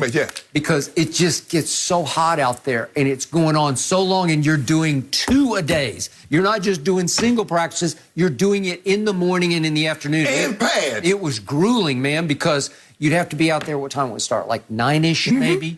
And you'd go 9 to 11, and then you'd take everything back off, and you'd take a shower, and you'd go to the mess hall, and you'd sit and you'd eat lunch, and then you'd go and take maybe a quick nap, maybe. Right? Because we're back on the field at 3. But because by 2 o'clock, you better be up and ready and go get taped a second time. You got to go get taped a second time to go out in the late day heat, which is worse than the morning heat. A lot of guys kept trying to get that little extra time of sleeping. They would get taped after they showered. They would get taped before they went to eat, so they could so they wouldn't have to get back up and come back and get taped earlier. Trust me, you know this. It was really hard on the body. It was endlessly long, and so you're just irritable at best.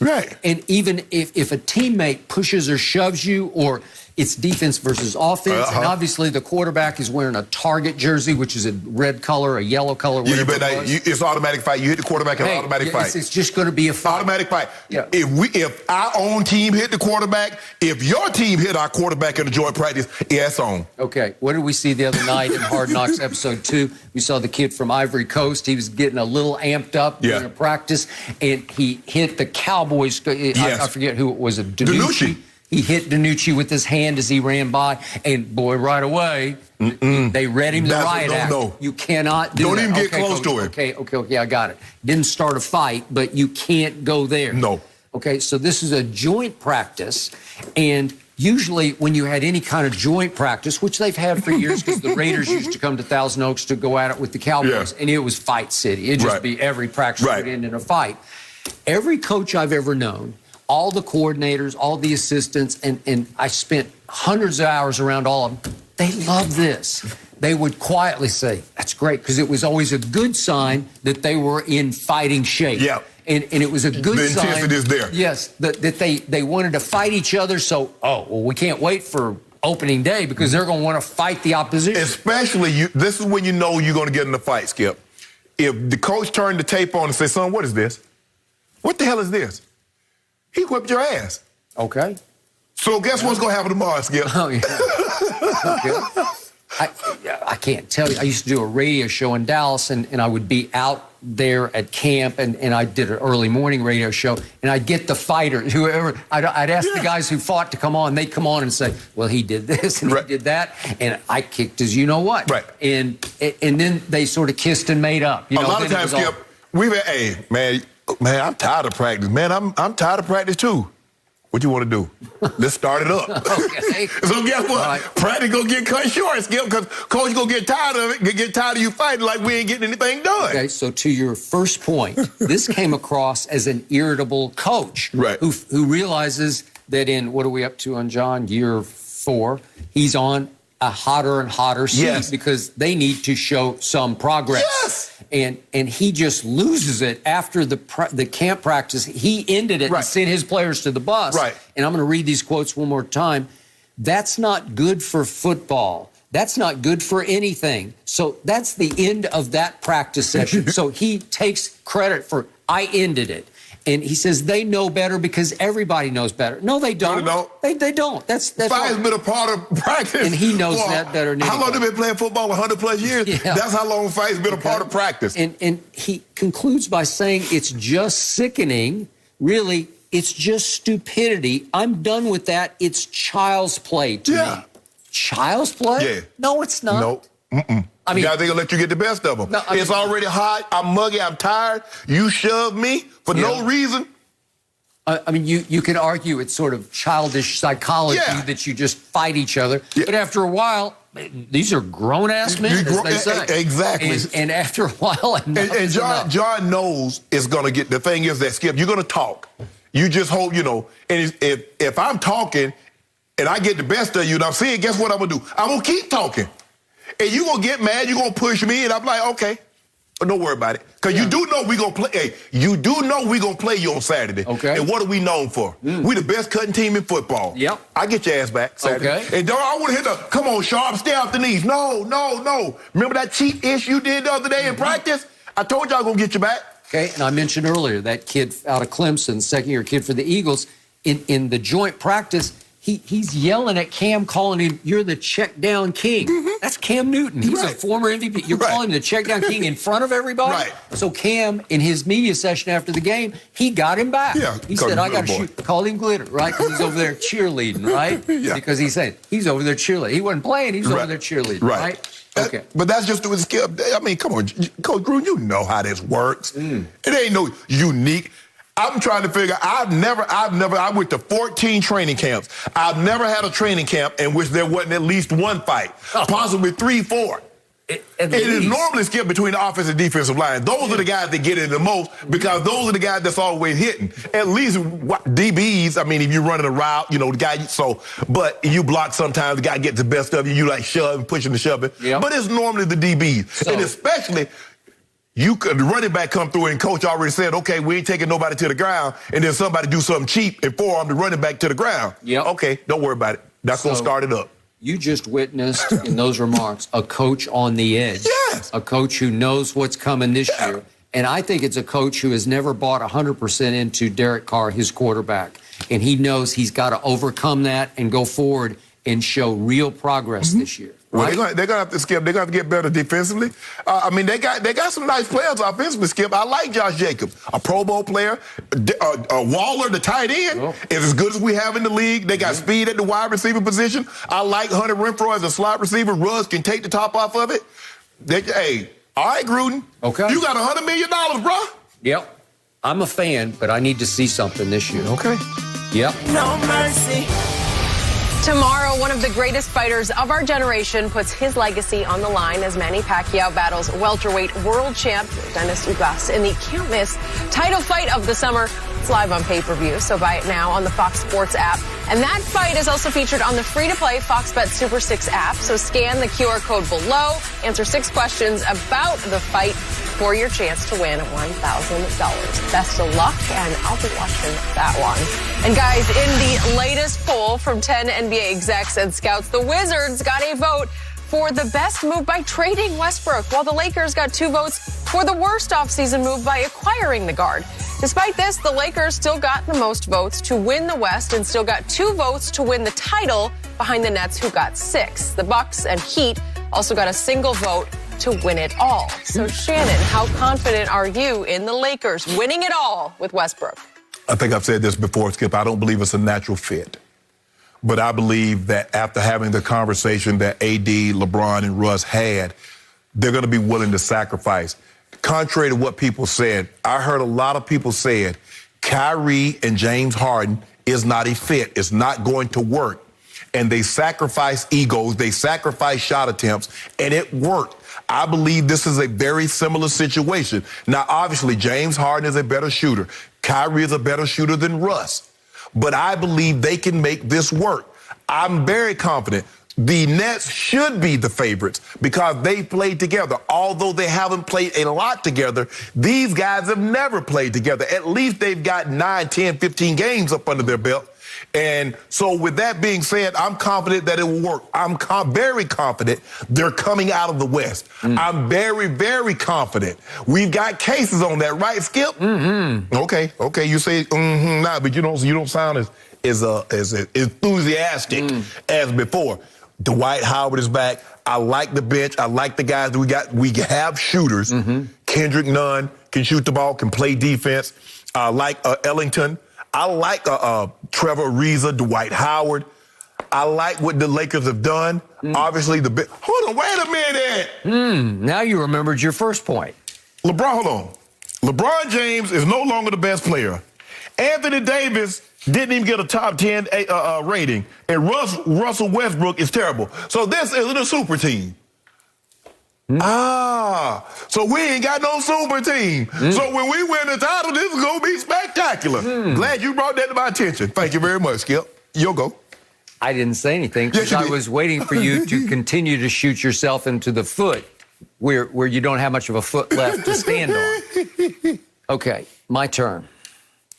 I was highly amused when I read in this poll that one who is this Eastern Conference executive, he voted for Washington having the move of the year in the offseason for getting rid of Russell Westbrook. And I applaud that because it was a sweet move by the Wizards. And the quote was, the Eastern Conference executive says, they were trapped. Now they have flexibility. To do what? And it changes the fact that they don't have this giant anchor hanging around their heads. Skip, giant anchor. Skip. Did they make the playoffs? So what is the likelihood that they make, hold on, executive, what is the likelihood that the Washington Wizards makes the playoffs without Russ? Because they made the playoffs with Russ. So what's the likelihood they make the playoffs without Russ? I think they got a good shot with Dinwiddie and Kuzma and KCP and who else? Okay. So Montrez. What about the Nets? So you like the Nets, right? Love the Nets. You like the Bucks? Tell me what you think about the Heat. You like them? In fact, this poll loves them because of the Kyle Lowry. The Kyle Lowry's like the runaway best move of the year. So what do you like? You like the Hawks or you don't like them anymore? What about the Knicks? You don't like them anymore? I think they're a factor, yeah. Felt's going to do anything? Maybe, maybe not. What about the Sixers? Like them a lot. So 1, 2, 3, 4, 5, 6, 7. That's 7 teams right there. I could see Washington, the 8 seed. Okay. Yeah. Got it? Okay, now, so here's the move of the year, says one Eastern Conference executive, to get rid of Russ.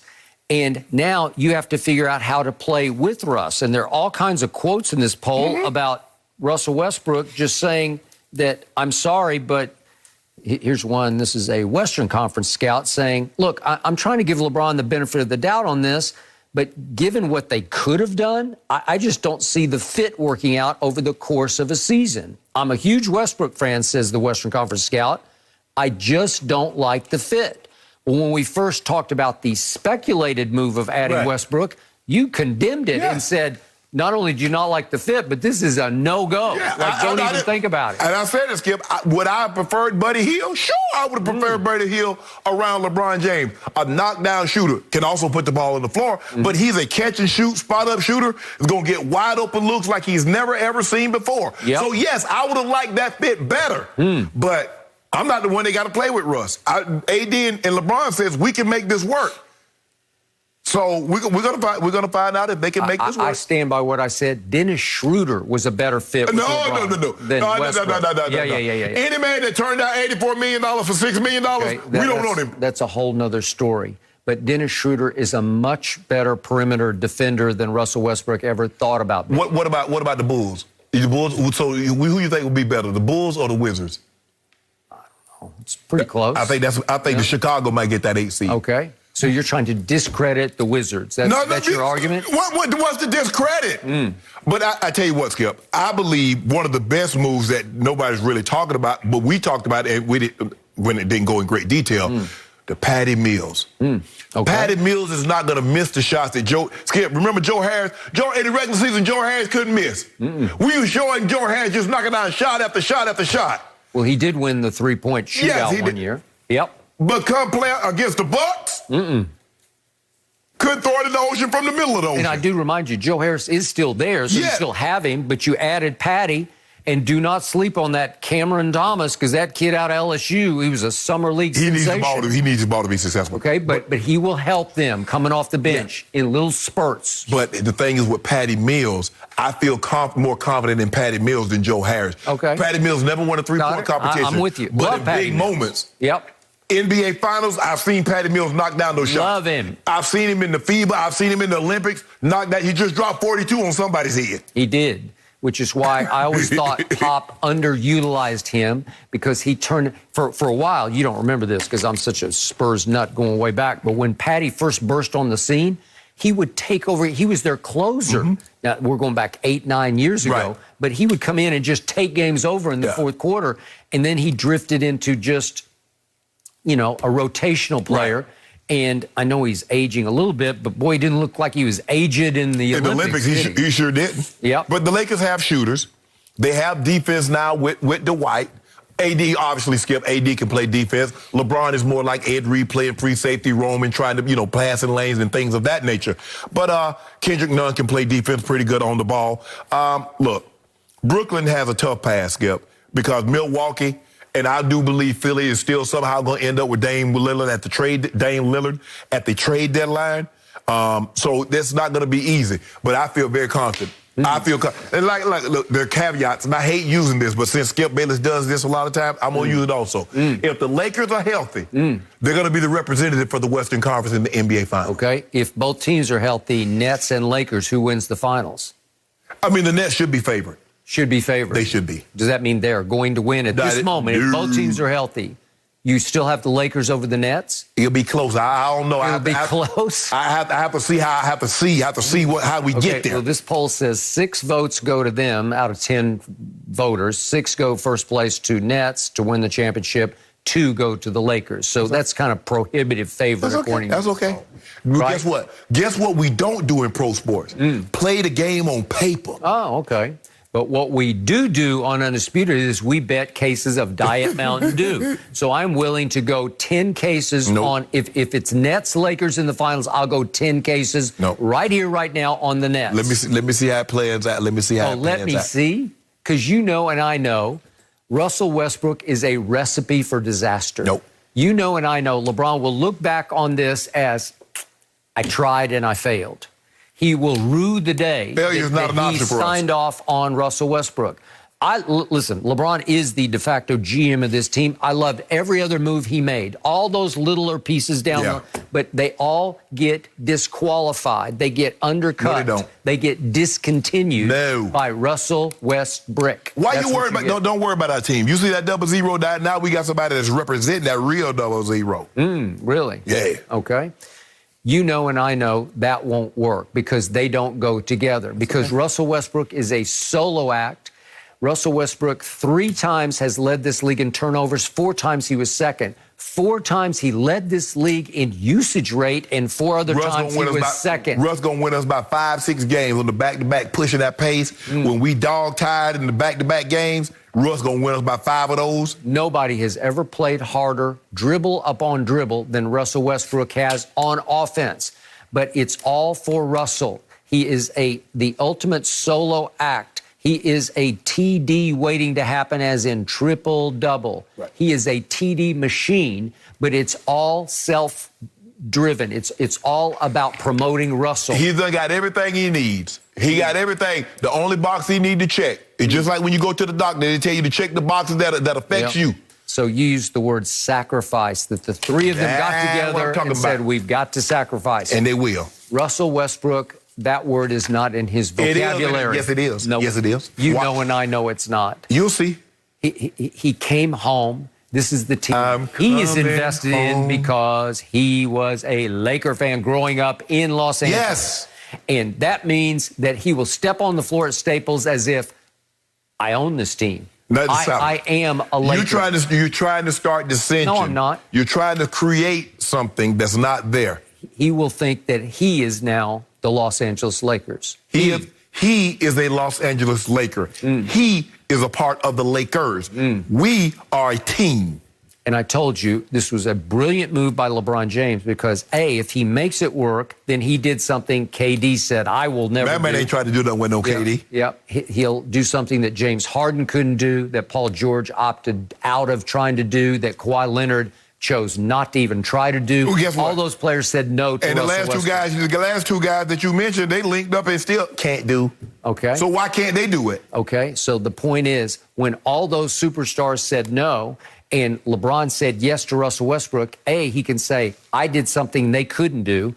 Or B, if it fails, everybody knows that Russell is a solo act. So the world will say, it's his fault. It's Russ's fault. I expect LeBron to do something that others couldn't do because LeBron is a better player than the other guys. Well, that's no surprise. Name the guy that you mentioned that talk about he couldn't play with him or he didn't play with him. That's better than Bron. None of the above. So I would take D. Okay, so the GOAT, quote unquote, always needs a scapegoat. Ain't no and scapegoat. Russell is the biggest one ever. Skip. Ain't no scapegoats. Either you win or you lose. That's why I won't let you do that. We're talking about no two on the line with Kevin Durant. It's about dubs and L's. That's it. That's it. All that other stuff, toe on the line. He should have worn the shoe that he's a natural size 17, but he wears an 18. That ain't got nothing to do with it. Did he win or lose? 10 cases on the Nets versus the Lakers in the finals. We'll talk about it. We'll get there. We'll talk about it? Somebody's afraid. Ain't no afraid. Yep. I'm going to have about 40 cases with the Cowboys. Oh, yeah, okay. I'm going to get about 40 cases out of the Cowboys. No mercy. Mike McCarthy opened up about what he learned about his past time with Aaron Rodgers and about his current relationship with Dak Prescott. It was all done in what was described as a, quote, relaxed environment for 45 minutes with several Cowboys reporters. McCarthy also spoke confidently of the Cowboys situation, saying, quote, obviously, you want to win games, but I'm building a championship program. We're not just trying to win one. We're trying to win them all. So, Shannon, what do you make of this informal session with McCarthy? Skip, why? Like you say sometimes, why would you tweet that or why would you go to social media? Why? You know how. Skip, I believe deep down Mike McCarthy believes that he's not the coach of the Green Bay Packers because Aaron Rodgers wanted him fired. I believe that's what deep down he said. Skip, when somebody says, oh, he's eclectic, it wasn't he weird. That's another way to say he weird. Aaron Rodgers. Talking about Aaron Rodgers. He's a very intelligent guy. Well, he's a guy that's very condescending, that thinks he knows more than you, and he talks down to people. And why? Because inevitably it's going to go back, and guess what? They're going to get this, and they're going to go back to Aaron Rodgers. They're going to say, Aaron, did you hear what Mike said? Yep. Look, I played a lot. I don't know how many of these did Tom Landry do? Coach Landry. How many did Jimmy Johnson do sit-down interviews, informal interviews, and just talk about? What is this, Mike? You're the head coach. You're the head coach of the Dallas Cowboys. Yep. Nobody cares about no relationship. They brought you there to win games. They ain't brought you there to be friends. Ain't nobody coming over your house to eat. Yep. And you're not sleeping in anybody's house. No, nobody want to have no drink with you. Yep. Jerry Jones wants you to win football games. Yep. Jerry Jones constantly talks about his football mortality and what he would be willing to do to hold that trophy one more time. And you up there talking about, man, I got a great relationship with Dak. I'm building a championship program. You ain't at Alabama. They build championship program. You win championships in there. Man, see, you got exactly what you're looking for. Yep. Because you, for 3 years, wanted Jason Garrett. Dubbed that man 8-8. Oh, Jason 8-8 Garrett. Yep. You wanted him gone. And now you got somebody worse. I thought he was a made man. He made. Maybe Aaron Rodgers made him. Yeah, you're right. Brett Favre and Aaron Rodgers made him. Okay, here is my theory on a team I know pretty well in the Jerry Jones era. This is what just happened. To your point about asking, did Tom Landry ever do this or Jimmy Johnson? I'm going to read again from the Dallas Morning News. McCarthy met with several Cowboys reporters. I'm assuming just the beat reporters who were there every day. Right. The print, now digital print, but the print reporters, right? One of the Calvin Watkins, I think. Those, yes. Met with several Cowboys reporters on Thursday afternoon in a relaxed environment away from a podium or any video cameras. 45-minute conversation at the Star shed light on various general topics. What was going on here? I believe that Jerry and Stephen Jones commissioned this, perhaps on the advice of their PR director, Rich Dalrymple, who just might be the best there ever was. Right. Love him. He is. Didn't Jimmy bring him in? Came from Jimmy from Miami. And Rich knows how to play the game. Mm-hmm. And Rich has a job, so it's obviously often in conflict with the reporters. But with the reporters actually doing their job. Yes.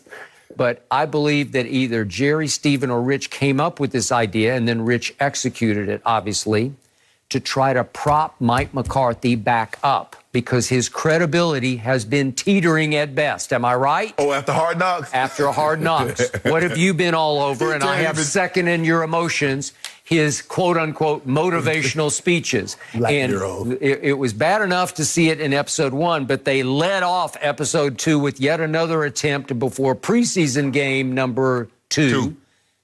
Another motivational speech in which it sounded like he was trying to get them ready to play a Super Bowl at Arizona against, this is just the second of 4 preseason games, against an Arizona who did beat their butts last year on Monday night at Jerry World. But it was awkward. It was ultimately embarrassing. It felt like Mike McCarthy in his motivational speeches is speaking a foreign language that he's not real comfortable speaking. So he's got to F-bomb it up to try to add some emphasis, and it just came off as completely unconvincing. And you pointed out they would pan to the players in the meeting room like, what am I listening to? I don't think they were exactly jumping out of their chairs. No. To go kick Arizona's ass. We ought to kick their ass. You do? Oh, yeah, we played this team last year. Yeah. What? Does this count, Mike? No, it doesn't count. So I believe this was their attempt to resell a coach that they were head over heels for after that all-night session in which Jerry Jones Jr. finally said to Dad, why don't you just go ahead and sign him right now? It was 4 o'clock in the morning over beer and nachos. God knows, and finally Jerry Jr. says, just why don't you just do it right? Just give him a contract right now and let's sign him up. And I think they pretty much did execute basically did, yes. Okay? So that's how sold they were on a Mike McCarthy who clearly had been out of football for a year. It's been a year at Pro Football Focus. I was doing all those analytics, and I studied all your tapes. And then when they got to the press conference and asked him about it, I'm like, well, I really didn't do that. I just wanted the job. I just said that to get the job. What the hell is that? Okay. Jerry should have said, well, you fired. You lied to me. Okay, and unfortunately, Hard Knocks really does expose you. If there's something to be exposed, it gets exposed because they are living with you, and it's hard to defend Mike McCarthy that we've seen so far in Hard Knocks. And I am losing faith in him because he's my coach. And not that Jason Garrett was any master motivator, but I think Mike McCarthy is worse than Jason. And that's the thing about camera, Skip. It don't make you better or worse. It makes you what you are. It just captures it. That's it. See it in action. It can't add. It can't detract. Nope. It is what it is. That's what we Skip, when they say the eye in the sky don't lie, I don't care. It don't care if you're Aaron Donald or Aaron Rodgers or the 53rd guy. It just captures what it captures. And what it captured and what we heard is like, wow, that guy's a head coach. That is correct. An NFL head coach of your team. America's team, right? And Mike McCarthy said yesterday that he's talking about his close relationship with Dak, and he said, obviously, you want to win games, but I'm building a championship program, said Mike McCarthy to the beat reporters. I can't tell. Yeah, right? With that kind of speaking? I can't tell. So then he goes into depth on his relationship or lack thereof with Aaron and what he learned from it that he has now brought to the table with Dak Prescott. And he starts off by saying, is my personality different than Aaron's was? Sure. He said, I grew up in Pittsburgh. He grew up in Chico, California. And then came the money line that you talked about. He's an interesting cat, he said of Aaron. Weird. He's as eclectic and intelligent a guy as I've ever worked with. Weird. Yeah. Weird, right? And then... But he says, but I think part of the way I handled the media in the past didn't help Aaron. I think that's part of the reflection that I admit to, that he's brought, a new mindset to Dallas. Skip, his handling of the media has nothing to do with the way Aaron Rodgers is wired. Aaron Rodgers is who he is. Aaron Rodgers didn't change the way he behaved because of the way you spoke to the media. You spoke to the media. You speak to the media.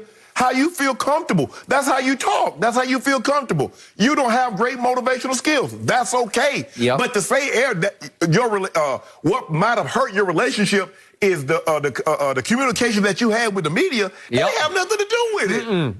So in the end, Mike McCarthy concludes that his father taught him that perception all too often is reality. It is. Well, unfortunately, on Hard Knocks, reality is reality. Because you're not good at speaking. It's just not perception. It's the truth. Right. It's behind closed doors. You are being exposed for exactly what you are and what you're not. You're going to have to win. Yep.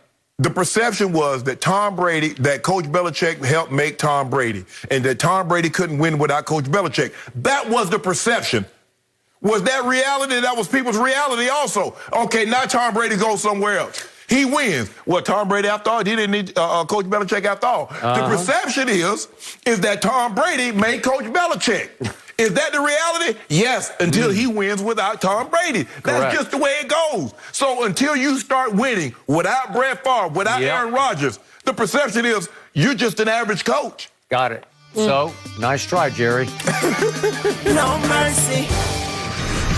The Cardinals are playing host to the Chiefs tonight, and AJ Green's former offensive coordinator in Cincinnati has high expectations for the Arizona offense. Jon Gruden said it will be nearly impossible for opposing secondaries to cover both DeAndre Hopkins and Green, and that Kyler Murray, quote, should have fun. Shannon, how much pressure is on Kyler now that he has DeAndre Hopkins and AJ Green? Well, Skip, they've added pieces around him. They've given him the AJ Green, obviously, they traded for DeAndre Hopkins last year. Christian Kirk is back. I think Fitz is still in the fold. And then they go out and get J.J. Watt to shore up the defense, put him opposite of Chandler Jones. They draft Zaven Collins in the first round. Isaiah Simmons comes back to lead that defense. Yep. They do lose Pat Peterson, but Buda Baker is still there. So, Skip, I think the thing is what added pressure to Kyler Murray is what we saw happen with Patrick Mahomes. His second year, what did he do, Skip? He won the MVP. His third year, what did he do, Skip? Won the Super Bowl. Lamar Jackson, what did he do in his second year, Skip? Won the MVP. What did he do his third year, Skip? Won a playoff game. So I think the thing is that that's what's adding the pressure. But there is, considering the division that he's in, I believe it's the best in football. When you look at the Rams, when you look at the Seattle, when you look at San Francisco, and what these teams represent. 49ers have been to the Super Bowl just 2 years ago. The Rams and Seattle both made the playoffs last year. Our perennial playoff teams. The Rams went to the Super Bowl just 3 years ago, 4 years ago, if I'm not mistaken. So, Skip, there's a lot of pressure. He's the #1 overall draft pick, but there's also pressure on his head coach because here's the guy that, this is his system, Kyler Murray, when he ran it at Oklahoma and yada, yada, yada. But there is some pressure on him because of what two of the guys, the quarterbacks, have done before him at the very similar age. Got to a Super Bowl, won playoff games, won MVPs. So, yes, there is pressure on Kyler Murray. I agree with your overall assessment, and I'm going to leap to these conclusions. This team is going to have a big year. I picked them to be in the playoffs last year, and they got to 6-3 thanks to the Hail Murray, as you remember. Yeah, against Buffalo. And then Kyler, who's not the biggest man on the planet, got beat up. And he started to struggle, and they started to struggle. And they went 2-5 down the stretch and finished 8-8 and did not make the playoffs. At one point in time, Skip, they were leading the division. And that was my concern. When you and I was discussing him coming out, I said, Skip, he's a small man. Can he take that kind of pounding? Put together, but he's a small man. Yeah, but Skip, when they 5'10" and they constantly following you, them 300 pounds, they hurt. I still believe he's a special competitor. Oh, yes, absolutely. Special late-game clutch playmaker. I believe in him. Because, Skip, remember how he got hurt? The guy fell on him. I know, that was it. It wasn't the guy didn't drive him into the ground. He just fell on him. I know you were skeptical about how much AJ has got left in the tank. I think there's enough at age 33 that he can be that difference maker across from DeAndre with Christian Kirk in the slot.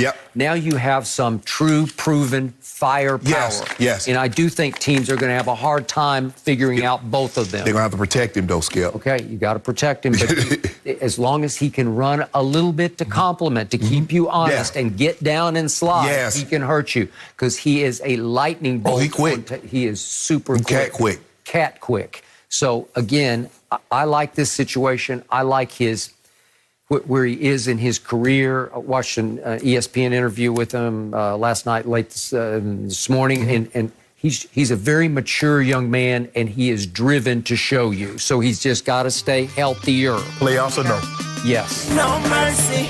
Terrell Owens Owens is 47 years old, but that might not stop the Hall of Famer from making a comeback. T.O. told TMZ Sports that he isn't washed up and that at least one person in the league has told him to stay ready, just in case. Shannon, any way we ever see T.O. play in the NFL again? No, T.O. is not playing anymore. T.O. is in great shape. He's always going to be in great shape. Agreed. He's going to be 70. He'll be 80 years old. He's still going to be ripped up. Agreed. But at 47, having not played in over a decade, he's going to stop by the club today, Club Shay Shay, and we're going to have a conversation. I'm like, T.O., you need to stop this. Well, do you believe some individual belonging to a team or a part of a team told him you might have a shot? I don't know about no. I'm going to say no. I'm going to say no also, but I do agree with your point. When T.O. is 57 and 67, he will still believe he could play in the National Football League. And he still will look like that. And he will be in at least that good a shape at 67, that's at what he 77. That's just what he does because he was always an overachiever because he was a third-round pick and he had to sort of make his way in the league, and he always had a chip on his shoulder. And I think the chip will stay on his shoulder as he continues to be in great shape. And I admire that greatly about him. I just wish he would have got an opportunity because I believe before he tore up his knee, Skip, remember he tore up his knee last year in Cincinnati. And he got a tryout. I think he had a tryout with Seattle, and that didn't go very well. But I thought T.O. still could play. If somebody would have given him an opportunity. But he ain't playing in no 47. Not a skill position player. Now, he might kick or punt or snap, but a wide receiver, nah. Wow, he wants to watch them, just watching those clips. Skip, Shannon, have a great weekend. We're back same time Monday. The Herd is on now. Have a great one.